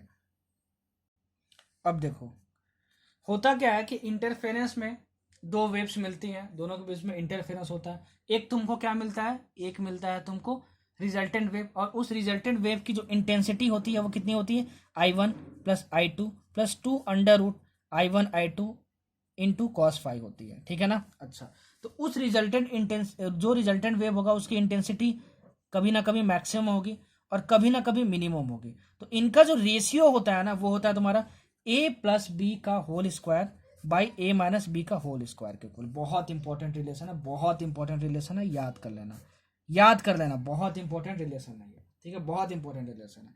कभी कभार आपसे ए बी क्या है, ए आपका है एम्पलीट्यूड ऑफ फर्स्ट वेव, ठीक है, और बी क्या है तुम्हारा एम्पलीट्यूड ऑफ सेकेंड वेव, मतलब दोनों वेव्स तुम्हारी जो इंटरफेयर कर रही है ना उनका एम्पलीट्यूड सही है, ठीक है ना।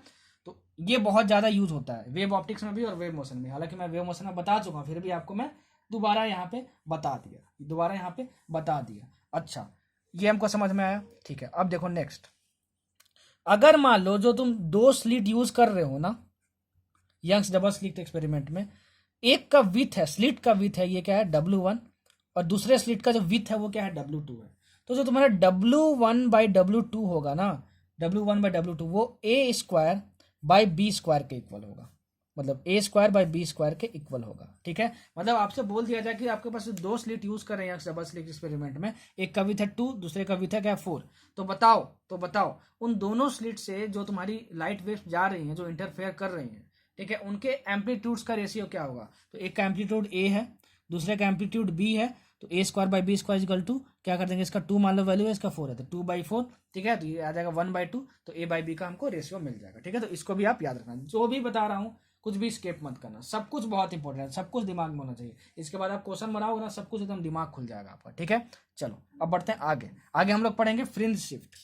क्या पढ़ेंगे हम लोग, फ्रिंज शिफ्ट। बहुत इंपॉर्टेंट टॉपिक है, हालांकि यहाँ से जेईई मेंस में क्वेश्चन बहुत पूछा जाता है।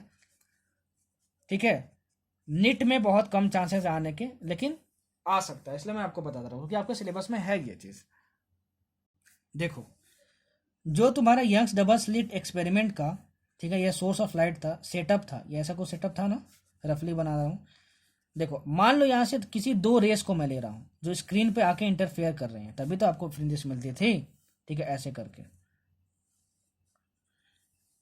मान लो किसी एक पाथ में यहां पर हम लोग क्या किए, एक ट्रांसपेरेंट सीट लगा दिए। क्या लगा दिए, ये क्या है आपका ट्रांसपेरेंट सीट है, ट्रांसपेरेंट सीट है, या फिर ट्रांसपेरेंट फिल्म मान लो इसको। ठीक है ना, जिसका जो थिकनेस है वो क्या है, T है। इसका थिकनेस क्या है, T है, इस ट्रांसपेरेंट सीट या फिल्म का। और जो इसका रिफ्रैक्टिव इंडेक्स है वो क्या है, म्यू है। रिफ्रैक्टिव इंडेक्स क्या है, म्यू है। ठीक है, तो देखो यहां पे तुम्हारा क्या आता था, ब्राइट फ्रिंज आता था कि नहीं, सेंट्रल मैक्सिमम। फिर तुम्हारा क्या आता था, डार्क फ्रिंज आता था ना, ये डार्क फ्रिंज। ठीक है, ये डार्क फ्रिंज आता था यहाँ पे, उसके बाद फिर लाइट फ्रिंज आता था यहाँ पे। ठीक है, यहाँ पे फिर क्या आता था, लाइट फ्रिंज आता था यहाँ पे।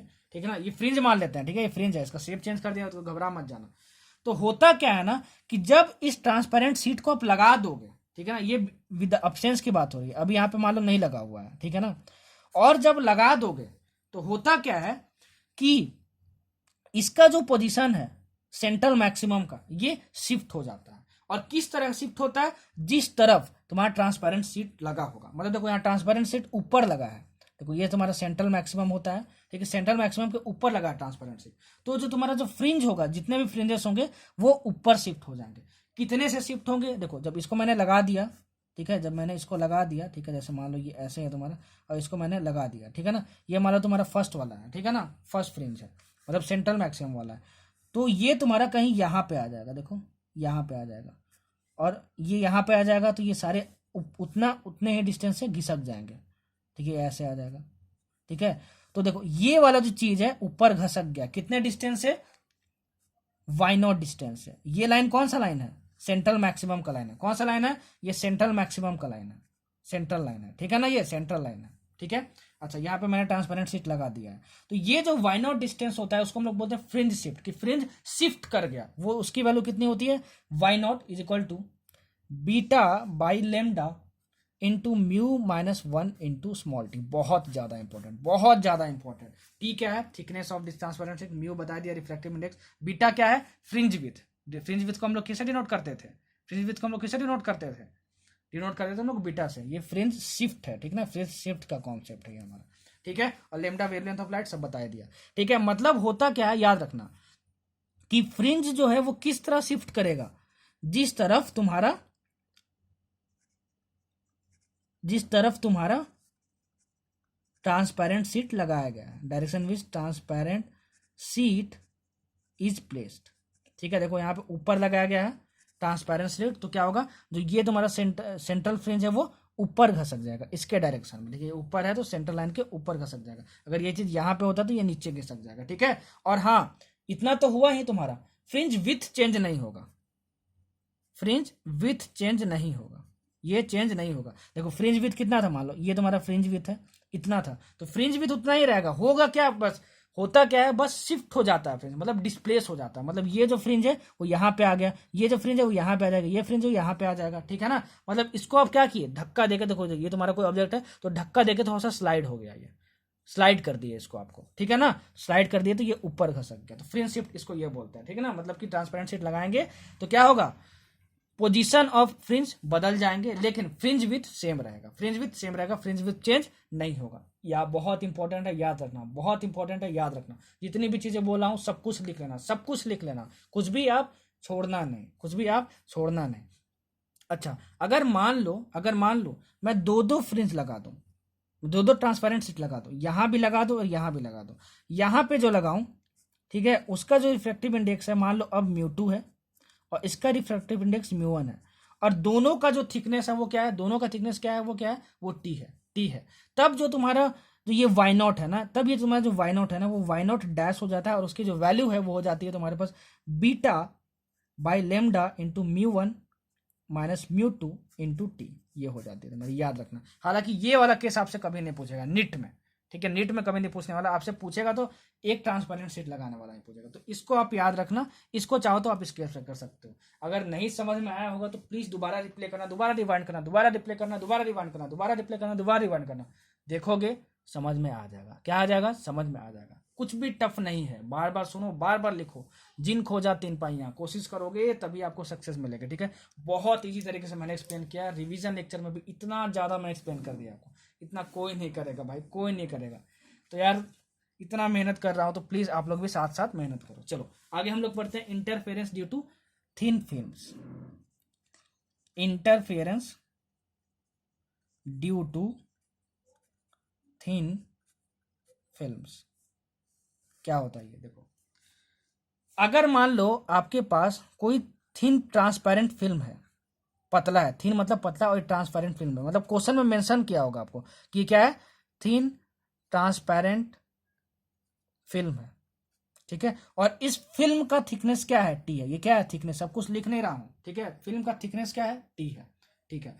अगर मान लो यहाँ पे कोई लाइट वेव पड़ती है तो होता क्या है कि इस ट्रांसपेरेंट फिल्म के अंदर में, इस ट्रांसपेरेंट फिल्म के अंदर में, ठीक है, होता क्या है कि इंटरफेरेंस होता है। उस इंटरफेरेंस होने की वजह से इस फिल्म के अंदर में डार्क फ्रिंजेस भी आते हैं और ब्राइट फ्रिंजेस भी आते हैं, ठीक है। अगर मान लो तुम्हारा ये इंसिडेंट एंगल आई है और ये रिफ्रैक्टिव एंगल आर है, ये क्या है, रिफ्रैक्टेड एंगल आर है, क्या है, रिफ्रैक्टेड एंगल आर है, लिख लेना सब कुछ जो बोल रहा हूं, ठीक है।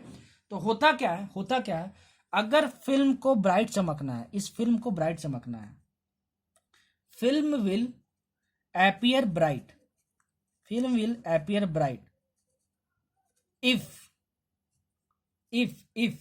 2 mu t cos r, 2 mu into t into cos r is equal to 2n plus 1 lambda by 2। Important है, याद कर लेना। ये लेमडा क्या है, बार बार वेवलेंथ बता ही चुका हूं। और यहाँ पे जो एन की वैल्यू होगी ना वो 0 से शुरू होगी, याद रखना, n इक्वल टू 0 1 2 3 4, ठीक है ना। अच्छा, और टी क्या है बता दिया तुमको, thickness of this transparent film. R क्या है, रिफ्लेक्टिव एंगल है। म्यू क्या है, म्यू है इस ट्रांसपेरेंट फिल्म का रिफ्रैक्टिव इंडेक्स, ठीक है ना। तो अगर आपसे क्वेश्चन में बोल दे कि ट्रांसपेरेंट फिल्म है, ठीक है, और बताओ फिल्म कब फिल्म एपियर कर रही है, ब्राइट, तो कौन सा क्वेश्चन लगाओगे, ये क्वेश्चन लगाओगे आपको, ठीक है ना। तो अगर एपियर ब्राइट कर रही है, तो फर्स्ट ब्राइट फ्रिंज कब आएगा, जब बताना तो n इक्वल टू 1 के लिए आएगा, ठीक है ना, n इक्वल टू 1 के लिए आएगा। सेंट्रल ब्राइट फ्रिंज कब आएगा, 0 के लिए आएगा, ठीक है। और ये किसके लिए आएगा, 2 के लिए आएगा। किसके लिए आएगा, सेकंड ब्राइट फ्रिंज कब आएगा, n इक्वल टू 2 के लिए आएगा। तो ये लगाने आपको आना चाहिए। अगर फिल्म को मान लो, अगर फिल्म को, जो तुम्हारा जो फिल्म है उसको तुमको क्या चमकना है, वो तुमको चमकना नहीं है, फिल्म विल एपियर डार्क, जब उसको डार्क दिखना है, ठीक है, तब तुम्हारा कंडीशन क्या होगा, तो तुम्हारा कंडीशन होगा 2 mu T into cos R is equal to N lambda, 2 mu T into cos R is equal to N lambda.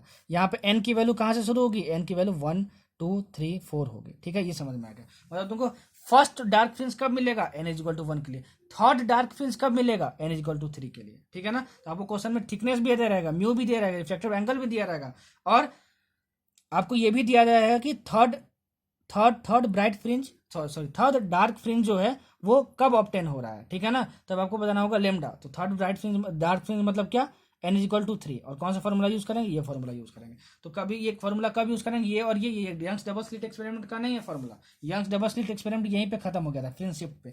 ये है कि अगर कभी भी क्वेश्चन में थिन ट्रांसपेरेंट फिल्म यूज हो रहा हो, ये वर्ड यूज हो रहा हो, तो ये दोनों फॉर्मूला यूज करेंगे। एपियर ब्राइट के लिए क्या यूज़ करेंगे और एपियर डार्क के लिए क्या यूज़ करेंगे बता दिया, कितना कुछ बोल दिया हूँ। दो सबके बेसिस पे नोट्स बनाना, तभी अच्छे नोट्स बनेंगे, नहीं तो फिर दिक्कत आपको होगी। ठीक है, अब देखो आगे, डिफ्रैक्शन ऑफ लाइट। क्या? Diffraction of light. यहां से क्वेश्चन कम आता है लेकिन आता है, तो जितना जरूरी है उतना बताऊंगा। ठीक है, थोड़ा तेजी से करते हैं। देखो, डिफ्रैक्शन ऑफ लाइट ऑब्टेन करने के लिए ए इज इक्वल टू 1.5 लेमडा होना चाहिए। ये प्रिफरेबल कंडीशन है। क्या बोल दिए? देखो, यंग्स डबल स्लिट एक्सपेरिमेंट में 2 होल यूज करते थे जहां से लाइट पास होती थी। डिफ्रैक्शन में क्या होता है, हम लोग 1 होल यूज करते हैं। लाइट वेव्स आई और एक होल से पास हुई और यहाँ से ऐसे ऐसे गई, ऐसे ऐसे निकल गई, ऐसे ऐसे निकल गई। ठीक है, ऐसे ऐसे निकल गई। 1 होल यूज करते हैं। ठीक है, किसमें? डिफ्रैक्शन के केस में। So diffraction of light is the phenomena of bending of light. ठीक है, क्या है? Bending of light around corners of an obstacle और aperture in the path of light. ठीक है, क्या बोल दिए सर? ठीक है, the light therefore deviates from its linear path. देखो, आप रे ऑप्टिक्स में थोड़ा बहुत जानते हो कि light always travel in straight line. ठीक है, light always travel in straight line. ठीक है, ये हमको समझ में आया, light always travel in straight line. होता क्या है, डिफ्रैक्शन होने के वजह से जो स्ट्रेट लाइन होता है ना किसी भी लाइट का, वो डेविएट हो जाता है, वो चेंज हो जाता है, मतलब स्ट्रेट लाइन नहीं होता है, वो फिर किसी और पाथ में मूव करने लगता है। उसको हम लोग क्या बोलते हैं? Diffraction of light. ठीक है, बोर्ड का एग्जाम देने नहीं जा रहे हो तो डिफ्रैक्शन ऑफ लाइट का डिफिनेशन उतना इंपॉर्टेंट नहीं है। ठीक है ना, जितना इंपॉर्टेंट है कॉन्सेप्ट के लिए वो मैंने आपको बता दिया। ठीक है, इसमें क्या होता है, सिर्फ 1 होल होता है और यहाँ से हम लोग लाइट वेव को पास करवाते हैं। हमको ये क्या मिलता है? डिफ्रैक्टेड वेव्स मिलते हैं। क्या मिलते हैं? डिफ्रैक्टेड वेव्स मिलते हैं। ठीक है ना। अच्छा, अगर मान लो यहाँ पे जो स्लिट यूज की, देखो यहाँ पे सिंगल स्लिट यूज किए हैं, देखो यहाँ पे क्या है? सिंगल स्लिट है, और वहां पे क्या यूज होता था? डबल स्लिट यूज होता था यंग्स डबल स्लिट एक्सपेरिमेंट में। तभी मैंने वहां क्या बोला था? Young's double slit experiment. ये क्या है? Diffraction of light with a single slit. तो इसकी बात करें तो क्वेश्चन में मेंशन होगा diffraction of light with a single slit. ठीक है ना, वो मेंशन होगा आपको। मान लो यहां से लाइट वेव्स आई, ठीक है, लाइट वेव्स डिफ्रैक्ट की, जब सिंगल स्लिट यूज करेंगे, यहाँ से लाइट वेव पास करवाएंगे तो हमको क्या होगा? डिफ्रैक्शन होगा। समझ जाना, पहचाने का तरीका बता रहा हूं तुमको। और यहाँ पे मान लो स्क्रीन है, क्या यहाँ पे स्क्रीन है, इन दोनों के बीच का जो डिस्टेंस है वो कितना है तुम्हारा? इन दोनों के तुम्हारा जो बीच का डिस्टेंस वो कितना है तुम्हारा? स्मॉल डी है। क्या है तुम्हारा? D, small D. इसको हम लोग क्या बोलेंगे? विथ ऑफ स्लिट बोलेंगे। विथ ऑफ स्लिट तुम्हारा जो है वो कितना है? स्मॉल डी है। स्क्रीन और स्लिट के बीच में जो डिस्टेंस है वो क्या है? कैपिटल डी है, कैपिटल डी है, कैपिटल डी है, कैपिटल डी है। ठीक है, मान लो ये तुम्हारा सेंट्रल लाइन है। ये क्या है तुम्हारा? सेंट्रल लाइन है। ये क्या है तुम्हारा? सेंट्रल लाइन है। ठीक है ना, ये तुम्हारा सेंट्रल लाइन है। ये समझ में आया तुमको? ये समझ में आया तुमको? डी क्या है तुम्हारा? विथ ऑफ स्लिट है, विथ ऑफ स्लिट है तुम्हारा, डी है। ये है तुम्हारा डी है। ठीक है ना। ए क्या है? एक्चुअली ये ए है, सॉरी ये मैं डी लिख दिया। ए है तुम्हारा ये जो होल है ना, होल एपर्चर, होल है तुम्हारा ना एपर्चर। ठीक है ना, वो एपर्चर का जो लेंथ है वो ए है। अगर ये ए इज इक्वल टू 1.5 लेमडा हुआ, मतलब लेमडा मतलब क्या? वेवलेंथ ऑफ लाइट यूज हुआ, वेवलेंथ ऑफ लाइट यूज हुआ। ठीक है ना, तभी तुम्हारा डिफ्रैक्शन होगा, नहीं तो एप्रिसिएबल डिफ्रैक्शन नहीं देखा जा सकता। ठीक है, मतलब कि डिफ्रैक्शन को डिमोन्स्ट्रेट उतने अच्छे तरीके से नहीं किया जा सकता। सर क्या याद रखें ये बता, डिफ्रैक्शन मतलब होता है लाइट वेव का डेविएशन अपने स्ट्रेट लाइन पाथ से। अब वो स्ट्रेट लाइन पाथ में ट्रैवल नहीं कर पाएगी, उसको हम लोग क्या बोलते हैं? डिफ्रैक्शन बोलते हैं। ये याद रखना है सर? नहीं याद रखना है, बस थोड़ा बहुत कॉन्सेप्ट के लिए बता दिया। याद क्या रखना है? डिफ्रैक्शन क्या होता है आगे जो अब बता रहा हूँ, diffraction of light due to a single slit. ठीक है ना, due to a single slit. With of slit क्या मैंने मान लिया? डी मान लिया, स्मॉल डी मान लिया। और कैपिटल डी क्या? ये तुम्हारा स्क्रीन है, स्क्रीन और स्लिट के बीच में कैपिटल डी डिस्टेंस मान लिया मैंने। ठीक है ना, डिस्टेंस मान लिया मैंने। अब मान लो तुम्हारी लाइट वेव्स आई, डिफ्रैक्टेड वेव्स आई और यहाँ पे आके स्क्रीन पे टकराएंगे। ठीक है ना, ये डिस्टेंस हम लोग मान लेते हैं एक्स। कितना मान लेते हैं? एक्स। ठीक है, अब देखो ये डिस्टेंस मान लेते हैं हम लोग एक्स।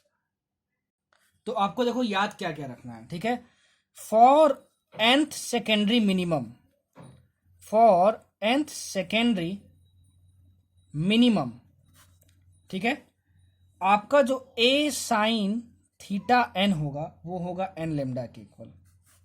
ठीक है, क्या बोल दिए सर? देखो सब कुछ बताऊंगा आपको, सब कुछ बताऊंगा। ठीक है ना, ए साइन थीटा। देखो डिफ्रैक्शन में होता क्या है कि हम लोग इस साइन थीटा को अप्रोक्सीमेटली थीटा के इक्वल भी लिख सकते हैं। ठीक है, दूसरी चीज विथ ऑफ स्लिट को डी भी लिख सकते हैं और ए भी लिख सकते हैं। ठीक ठीक है। तो ए यहाँ पे क्या है, विथ ऑफ स्लिट है, याद रखना क्या है, विथ ऑफ स्लिट है यहाँ पे, ठीक है।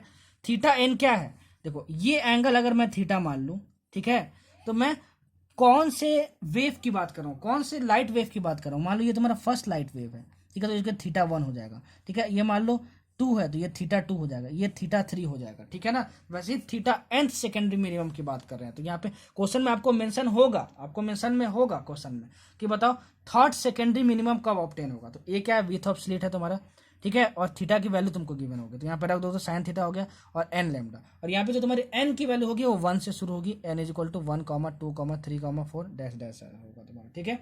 अच्छा, अगर मैं बोलूँ for n secondary maximum, for nth secondary maximum की बात करूं मैं, ठीक है, तब क्या कंडीशन होगा, तब तुम्हारा जो कंडीशन होगा वो होगा A sine theta N is equal to 2n + 1 into lambda by 2 का, ठीक है। यहाँ से n की वैल्यू कहाँ से स्टार्ट होगी, n is equal to 1, 2, 3, 4 dash dash dash, ठीक है ना। यहाँ से भी जो वैल्यू थी n इज इक्वल टू 1, 2, 3, 4 थी, और यहाँ भी क्या है n इज इक्वल टू 1, 2, 3, 4 है, ठीक है यहाँ पे। अच्छा, तो क्वेश्चन कैसे पूछेगा, देखो आपको दिया रहेगा कि डिफ्रैक्शन ऑफ लाइट हो रहा है, ठीक है ना, डिफ्रैक्शन ऑफ लाइट हो रहा है, और आपसे बोला जाएगा कि जो फिफ्थ सेकेंडरी मैक्सिमम है, फिफ्थ सेकेंडरी मैक्सिमम है, ठीक है ना, जो फिफ्थ सेकेंडरी मैक्सिमम है वो किसके लिए ऑब्टेन हो रहा है, ठीक है ना, वो विथ ऑफ स्लिट मान लो 2 मीटर के लिए ऑब्टेन हो रहा है। तो बताओ लेमडा की वैल्यू कितनी होगी, तो एन सेकेंडरी मैक्सिमम के लिए, मतलब कि फिफ्थ सेकेंडरी मैक्सिमम के लिए एन की वैल्यू कितनी हो जाएगी, एन की वैल्यू 5 हो जाएगी, एन की वैल्यू 5 हो जाएगी।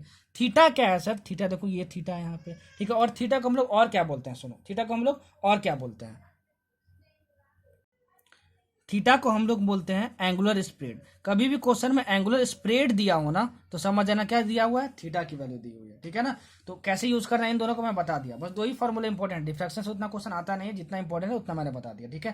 क्वेश्चन में दिया हो कि फॉर फिफ्थ सेकेंडरी मैक्सिमम की बात हो रही हो तो यहाँ पे n इक्वल टू 5 रख देंगे, फोर्थ सेकेंडरी मैक्सिमम की बात हो रहा हो तो यहाँ पे n इक्वल टू 4 रख देंगे। एक क्या है, विथ ऑफ स्लिट है, थीटा क्या है, एंगुलर स्प्रेड है, लेमडा क्या है, वेवलेंथ ऑफ लाइट यूज्ड है यहाँ पे, ठीक है। अच्छा, इतना हमको समझ में आता है, ठीक है, इतना हमको समझ में आता है। अच्छा, एक और पॉइंट जो बहुत ज्यादा इंपॉर्टेंट है, इसमें क्या होता है, इसमें क्या होता है कि डिफ्रैक्शन में क्या होता है ना कि स्क्रीन पे यहाँ पे तुमको सेंट्रल क्या मिलेगा, सेंट्रल ब्राइट बैंड मिलेगा, ठीक है ना, सेंट्रल ब्राइट बैंड मिलेगा, और अल्टरनेट बैंड्स भी मिलेंगे। देखो मतलब क्या, सुनो, तुमको ब्राइट फ्रिंजेस भी मिलेंगे और तुमको डार्क फ्रिंजेस भी मिलेंगे, ठीक है, सबको डार्क फ्रिंजेस भी मिलेंगे, ये तुमको समझ में आता है। लेकिन सबकी इंटेंसिटी सेम नहीं होगी, इन दोनों की इंटेंसिटीज अलग अलग होंगी, इंटेंसिटी डिफर्स।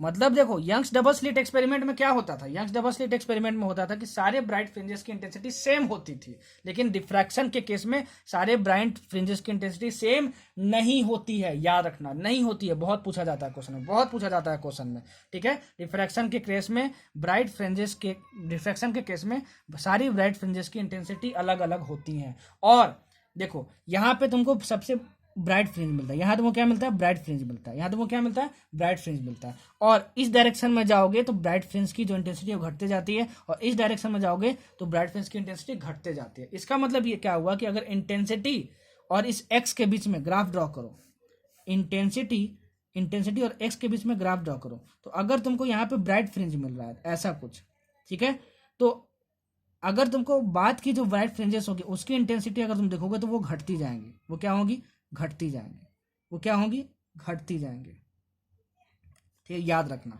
मतलब इंटेंसिटी घटती है ब्राइट फ्रिंजेस में, याद रखना, सबकी सेम नहीं होती। यंग डबल स्लिट एक्सपेरिमेंट में क्या होता था, सेम होता था, क्या होता था, सेम होता था। अच्छा, ये हमको समझ में आया, ये हमको समझ में आया। अच्छा, अब कभी कभार बोलता है कि in the diffraction of light width of central maximum is, तो विथ ऑफ सेंट्रल मैक्सिमम का जो तुम्हारा फॉर्मूला होता है, विथ ऑफ सेंट्रल मैक्सिमम का जो फॉर्मूला होता है वो तुम्हारा वो होता है तुम्हारे पास 2 into D into lambda by A क्या है, विथ ऑफ स्लिट है, डी क्या है, distance between screen and slit है, लेमडा क्या है, वेवलेंथ ऑफ लाइट यूज्ड है। तो तुमको विथ ऑफ सेंट्रल मैक्सिमम दिया रहेगा, डी भी दिया रहेगा, लेमडा भी दिया रहेगा, आपसे बोलेगा बताओ विथ ऑफ स्लिट कितना। इतना आसान है भाई, इतना आसान है। तो याद रखना डिफ्रैक्शन ऑफ लाइट के केस में विथ ऑफ सेंट्रल मैक्सिमम कितना होता है, 2 into D lambda by small है, 2 into D lambda by small है, ठीक है। चलो अब बढ़ते हैं आगे। ये तो तुम्हारा अगर सिंपल बोले कि विथ ऑफ सेंट्रल मैक्सिमम हो, तो अगर मान लो तुमको दिया हो angular width of central maximum, angular width of central maximum, angular width of central maximum, तो इसका फॉर्मूला होता है 2 लेमडा बाई स्मॉल है। कितना होता है? 2 लेमडा बाई स्मॉल है। ठीक है, आपको पता है क्या दिया रहेगा? In the diffraction of light.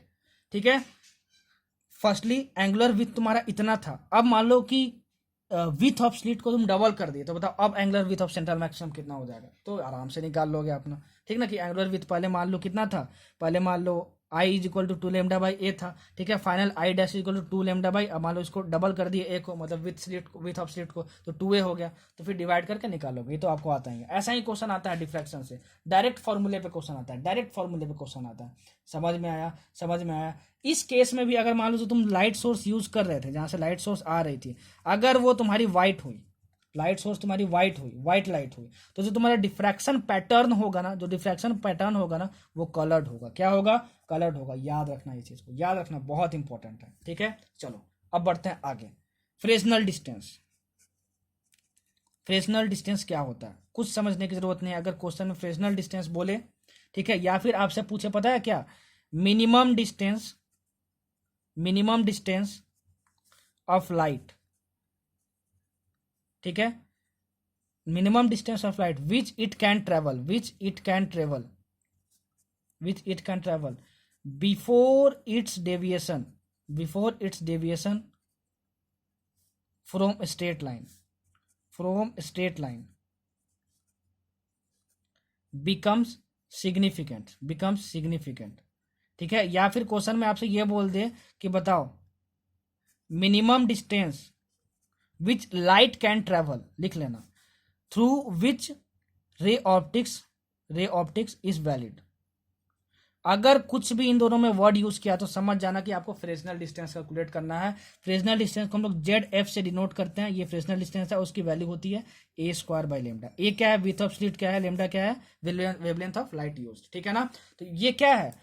मैंने क्या बताया था? डिफ्रैक्शन ऑफ लाइट में क्या होता है कि स्ट्रेट लाइन से डेविएट हो जाता है। कौन? लाइट डेविएट हो जाता है, तो उस समय सिग्निफिकेंट नहीं होता है, मतलब पता नहीं चलता है कि स्ट्रेट लाइन पाथ से वो डेविएट हुआ है। लेकिन कुछ डिस्टेंस जब लाइट ट्रेवल कर लेता है तो उसके बाद पता चलने लगता है कि अब लाइट जो है वो स्ट्रेट लाइन में पास नहीं कर रहा है, ट्रेवल नहीं कर रहा है। तो वो मिनिमम डिस्टेंस जब हमको पता चल जाए, दैट इज बिकम सिग्निफिकेंट, कि अब लाइट वेव स्ट्रेट लाइन को फॉलो नहीं कर रहा है, उस डिस्टेंस को हम लोग क्या बोलते हैं? उस डिस्टेंस को क्या बोलते हैं? Fresnel distance. सबको लिख लेना, जो जिस लैंग्वेज में बोल रहा हूँ उस बेसिस में नोट्स बना लेना। ठीक है, उस बेसिस पे नोट्स बनाना, बहुत मजा आ जाएगा, एकदम सब कुछ समझ में आ जाएगा। वो होता है फ्रेस्नेल डिस्टेंस। डायरेक्ट यही आपसे पूछेगा। ठीक है, और आपको बस ए स्क्वायर बाय लेमडा लगाना है। बच्चों को यही समझ में नहीं आता है कि फ्रेस्नेल डिस्टेंस कब लगाया कब नहीं लगाया, तो मैंने बता दिया तुमको। ठीक है ना, ये अगर यही सेंटेंस यूज करेगा आपसे, तब वो क्या फाइंड करना है? ए स्क्वायर बाय लेमडा। ए भी दिया रहेगा, लेमडा भी दिया रहेगा, ए भी दिया रहेगा, लेमडा भी दिया रहेगा। ठीक, चलो अब बढ़ते हैं आगे। अब देखो polarisation of light, polarisation of light. ठीक है, क्या होता है? घबराना मत, बाप रे बाप, पोलराइजेशन ऑफ लाइट। देखो, अगर एक पॉइंट सोर्स है लाइट का, तो सभी डायरेक्शन में लाइट वेव्स निकलती हैं, लाइट वेव्स निकलती हैं इन ऑल डायरेक्शंस। ठीक है, तो हमारे पास कुछ मटेरियल होता है, हमारे पास कोई डिवाइस होता है। ठीक है, देखो ये जो लाइट वेव है वो मूव ऐसे कर रही है, लाइट वेव है वो मूव ऐसे कर रही है, मतलब प्रोपोगेशन ऑफ लाइट वेव इस डायरेक्शन में है, और वाइब्रेशंस ऑल डायरेक्शन में होते हैं। ठीक है, वेव जो है हर डायरेक्शन में वाइब्रेट करती है। ठीक है, हर डायरेक्शन में निकलती है, और प्रोपोगेशन ऑफ लाइट वेव इस डायरेक्शन में है। तो पोलराइजेशन ऑफ लाइट वेव क्या होता है? हम चाहते हैं कि सारे डायरेक्शन में वाइब्रेशन ना हो, सारे डायरेक्शन में वाइब्रेशन ना हो, हम ये चाहते हैं। ठीक है, सारे डायरेक्शन में वाइब्रेशन ना हो, सिर्फ एक डायरेक्शन में वाइब्रेशन हो। तो हम लोग कुछ मटेरियल यूज करते हैं उसके लिए, उसको हम लोग बोलते हैं पोलराइजर। क्या बोलते हैं? पोलराइजर। मतलब इस लाइट वेव को, जो कि हर डायरेक्शन में वाइब्रेट कर रही थी, ठीक है ना, हर डायरेक्शन में वाइब्रेट करती थी, उसको अगर सिर्फ एक प्लेन में वाइब्रेट करवाना है तो हम लोग पोलराइजर यूज करते हैं। और फिर ये क्या करता है कि इसको एक प्लेन में वाइब्रेट करवाता है, ऐसे ऐसे ऐसे। ठीक है ना, और जो कि डायरेक्शन, देखो ये direction of propagation of wave था, इसके ये परपेंडिकुलर होता है, तो उसके लिए हम लोग पोलराइजर यूज करते हैं। So that is called polarisation of light. So the polarisation of light is the phenomenon of restricting the vibrations of light in a particular direction and which is perpendicular to the direction of wave motion. इसको लिख लेना और देखना मैं जो समझाया हूं उसे ये मैच कर रहा है कि नहीं। This is called polarisation of light. बस इतना इंपॉर्टेंट है। ठीक है, हमको समझ में आया, ये हमको समझ में आया। ठीक है, ये हमको समझ में आया। अच्छा, तो जब ये निकलता है ना पोलराइजर से तो ऐसा निकलता है, ठीक है, पोलराइजर डिवाइस, इसको इससे पास करवा दिए, ठीक है, पोलराइजर डिवाइस से, तो ये ऐसा निकल गया, वाइब्रेशंस ऐसे हो रहे हैं बस एक प्लेन में, और ये प्रोपोगेशन ऑफ वेव है। फिर इसको पास करवाया जाता है एक और डिवाइस से जिसको हम लोग बोलते हैं एनालाइजर।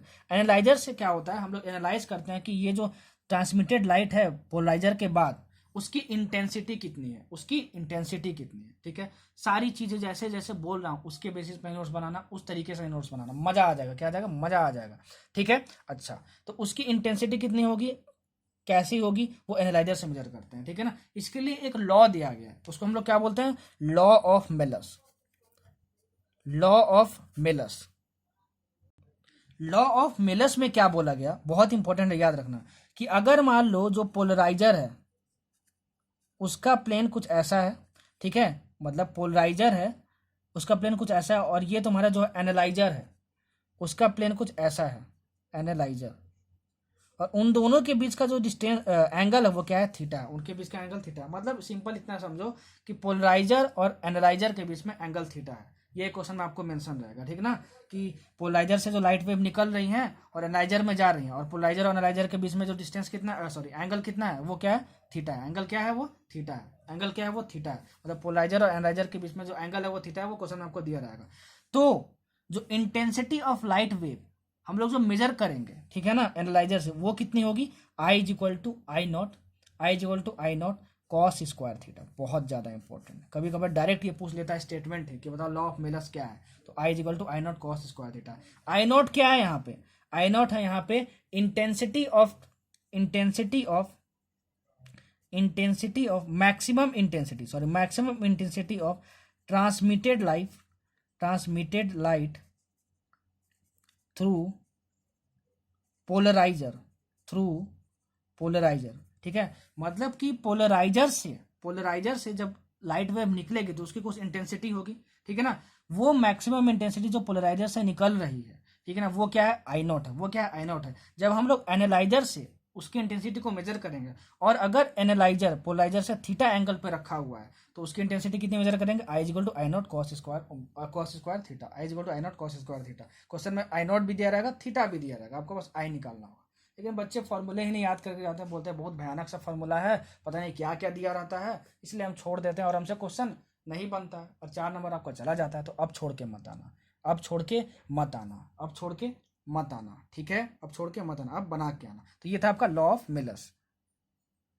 अब देखो, पोलराइजेशन ऑफ लाइट, एक डिवाइस हम पोलराइजर से तो कर ही सकते हैं, हम लोग रिफ्लेक्शन से भी कर सकते हैं। क्या, हम लोग रिफ्लेक्शन से भी कर सकते हैं, that is polarisation of light by reflection, polarisation of light by reflection. देखो होता क्या है ना, कि जब हम लोग एक लाइट वेव को किसी सरफेस पे इंसिडेंट करवाते हैं, देखो इंसिडेंट करवाए यहाँ पे, तो होता है क्या, यहाँ से कुछ पार्ट रिफ्लेक्ट भी हो जाता है और कुछ पार्ट रिफ्रैक्ट भी हो जाता है, मतलब मीडियम के अंदर चल जाता है, ठीक है ना। अगर मैं इसको आई बोलूं, ठीक है, तो होता क्या है कि अगर एक अनपोलराइज लाइट है, अनपोलराइज लाइट मतलब क्या, वाइब्रेशंस हर डायरेक्शन में पॉसिबल है, ठीक है, उसको हम लोग इस सरफेस पे इंसिडेंट करवाए, तो जो तुम्हारी रिफ्लेक्टेड लाइट है, देखो जो ये रिफ्लेक्टेड रे है तुम्हारा, जो तुम्हारा जो रिफ्लेक्टेड लाइट है वो कंप्लीटली पोलराइज भी हो सकता है, पार्शियली पोलराइज भी हो सकता है, और अनपोलराइज भी हो सकता है, मतलब पोलराइज नहीं हुआ और रिफ्लेक्ट होकर चला गया, ऐसा भी हो सकता है, ठीक है। तो वो डिपेंड करता है इस एंगल ऑफ इंसिडेंस पे, अगर ये एंगल ऑफ इंसिडेंस 0 डिग्री या फिर 90 डिग्री हुआ, तो जो तुम्हारा रिफ्लेक्टेड रे होगा, ये जो रिफ्लेक्टेड रे होगा वो भी तुम्हारा क्या होगा, अनपोलराइज्ड होगा। अनपोलराइज मतलब कि अनपोलराइज लाइट इंसिडेंट हुई और अनपोलराइज लाइट रिफ्लेक्ट भी कर गई तुम्हारी, ठीक है ना। लेकिन अगर incident angle of incidence 0 degree और 90 डिग्री के अलावा कुछ भी हुआ, तो ये तो पोलराइज्ड होगा, लेकिन कंप्लीटली पोलराइज्ड होगा कि पार्शली पोलराइज्ड होगा, ये हम नहीं पता लगा सकते, ठीक है। लेकिन कोई ना कोई एक ऐसा एंगल ऑफ इंसिडेंस होगा यहाँ पे, ताकि ये जो अनपोलराइज लाइट हम लोग इंसिडेंट करवा रहे हैं वो कंप्लीटली पोलराइज लाइट में कन्वर्ट हो जाए, कंप्लीटली पोलराइज लाइट मतलब सिर्फ वाइब्रेशन एक ही प्लेन में हो, मैंने एक्सप्लेन किया पिछले स्लाइड में, कंप्लीटली पोलराइज्ड लाइट हो जाएगी, ठीक है ना। तो वो एंगल ऑफ इंसिडेंस जिसपे unpolarise light completely polarise light में कन्वर्ट हो जाए, इसको हम लोग बोलते हैं आईपी, और इसको हम लोग बोलते हैं क्या, आईपी को हम लोग क्या बोलते हैं, पोलराइजिंग एंगल। क्या बोलते हैं, पोलराइजिंग एंगल और पोलराइजिंग एंगल और ब्रेस्टर्स एंगल और ब्रेस्टर्स एंगल, ब्रेस्टर्स एंगल। और इस आईपी की जो वैल्यू होती है वो होती है mu is equal to tan IP, ठीक है, tan IP, mu is equal to tan IP. और इसी इक्वेशन को हम लोग बोलते हैं ब्रेस्टर्स लॉ। क्या बोलते हैं, ब्रेस्टर्स लॉ, ठीक है। ब्रेस्टर्स एक साइंटिस्ट का नाम था। इससे भी बहुत सारे क्वेश्चन आते हैं। आपसे क्या दिया रहेगा, पोलराइजिंग एंगल दिया रहेगा आपसे, ठीक है ना। आपसे पूछेगा रिफ्रैक्टिव इंडेक्स ऑफ मीडियम क्या होगा। जिस मीडियम में लाइट रिफ्लेक्ट कर रही है उसका ये रिफ्रैक्टिव इंडेक्स कितना है, म्यू है, ठीक है। वही म्यू मैं क्या लिखा हूँ, यहाँ पे लिखा हूँ। मतलब कि आपको याद क्या रखना है, आई इक्वल टू 0 डिग्री और 90 डिग्री इंसिडेंट होगा तो अनपोलराइज लाइट आएगी, तो अनपोलराइज लाइट होके गुजर जाएगी, ठीक है। एक ही ऐसा एंगल ऑफ इंसिडेंस है आईपी जिसपे कि अनपोलराइज लाइट डालेंगे तो वो कंप्लीटली पोलराइज लाइट में निकल के आएगा, रिफ्लेक्ट होके आएगा, ठीक है ना। और उस आईपी को हम लोग पोलराइजिंग एंगल या ब्रेस्टर्स एंगल भी बोलते हैं। तो कभी भी समझ आना ब्रेस्टर्स एंगल या पोलराइजिंग एंगल क्वेश्चन में दिया हो तो समझ आना आईपी दिया हुआ है। आपसे फिर क्या पूछ देगा, बताओ रिफ्रैक्टिव इंडेक्स ऑफ मीडियम क्या है, मतलब क्या आपको म्यू निकालना है। डायरेक्ट क्वेश्चन आता है, कुछ घुमा फिरा के नहीं आता है, ठीक है। तो आईपी दिया रहेगा, ब्रेस्टर्स एंगल दिया रहेगा, म्यू निकालना होगा, ठीक है। तो ये आपका polarisation of light by reflection हुआ। जितना भी था वेव ऑप्टिक्स में नीट पॉइंट ऑफ व्यू से इंपॉर्टेंट और जितना भी सिलेबस में था, इस रिवीजन लेक्चर में मैंने बहुत अच्छे से कवर किया है। अगर आप नहीं पढ़ते हो तो आपकी गलती है। जितना कुछ भी बोला है इस पूरे लेक्चर में और जितना भी लिखा हूँ, सबके बेसिस पे नोट्स बनाना और खुद से नोट्स बनाना, एकदम मजा आ जाएगा। ये देखो रिवीजन लेक्चर था, ठीक है, तब भी मैंने वेव ऑप्टिक्स से बहुत अच्छे से कवर किया है। पूरे यूट्यूब पे आप ढूंढ लेना, ऐसा रिवीजन लेक्चर आपको कहीं नहीं मिलेगा। आई बेट, आई कैन चैलेंज, ठीक है। ऐसा रिवीजन लेक्चर आपको पूरे यूट्यूब पे कहीं नहीं मिलेगा वेव ऑप्टिक्स का, ठीक है। मैं पहले भी बोल चुका हूँ कि पूरा 11th और पूरा 12th, ठीक है, मैं क्वेश्चंस प्रीवियस ईयर करवा करवा के आपको अप्रोच सिखा चुका हूँ कि कैसे अप्रोच करते हैं, ठीक है। इस वेव ऑप्टिक्स चैप्टर में मैंने बहुत अच्छे से हर चीज़ क्लियर कर दिया, कौन से फॉर्मूले कैसे यूज होंगे, कितना आपको याद रखना है। पूरे लेक्चर में से कुछ भी स्किप मत करना, ठीक है। हर एक पॉइंट जो बोला हूँ, जो लिखा हूँ, सबके बेसिस पे नोट्स बनाना, 2 से 3 बार रिवाइज करना, प्रीवियस ईयर क्वेश्चन बैंक उठाना, लाइन से सारे क्वेश्चन बनाना। शुरू में हो सकता है ना बने, सॉल्यूशन देखना, मेरे कॉन्सेप्ट से लिंक करना, सोचना कि हम क्यों नहीं सोच पाए, और सारे क्वेश्चन आप प्रीवियस ईयर क्वेश्चन बैंक बना लोगे एक बार ना पूरा, तो मास्टर कर लोगे अपने आप को, खुद को वेव ऑप्टिक्स में। 1 से 2 क्वेश्चन कंफर्म आएगा यहाँ से, 8 नंबर पक्के, बहुत आसान आएगा, ठीक है। तो जितना बोला हूँ, जितना लिखा हूँ, सबके बेसिस में नोट्स बनाना, प्रीवियस ईयर क्वेश्चन में पूरा सॉल्व कर लेना, सारे क्वेश्चन आपसे सॉल्व हो जाएंगे, ठीक है। नेक्स्ट लेक्चर हमारा होगा रे ऑप्टिक्स पे और वो हमारा 12th का लास्ट चैप्टर होगा, फिर वो चीज़ हमारा कंप्लीट हो जाएगा और फिर इसका क्रैश कोर्स भी फिर खत्म हो जाएगा।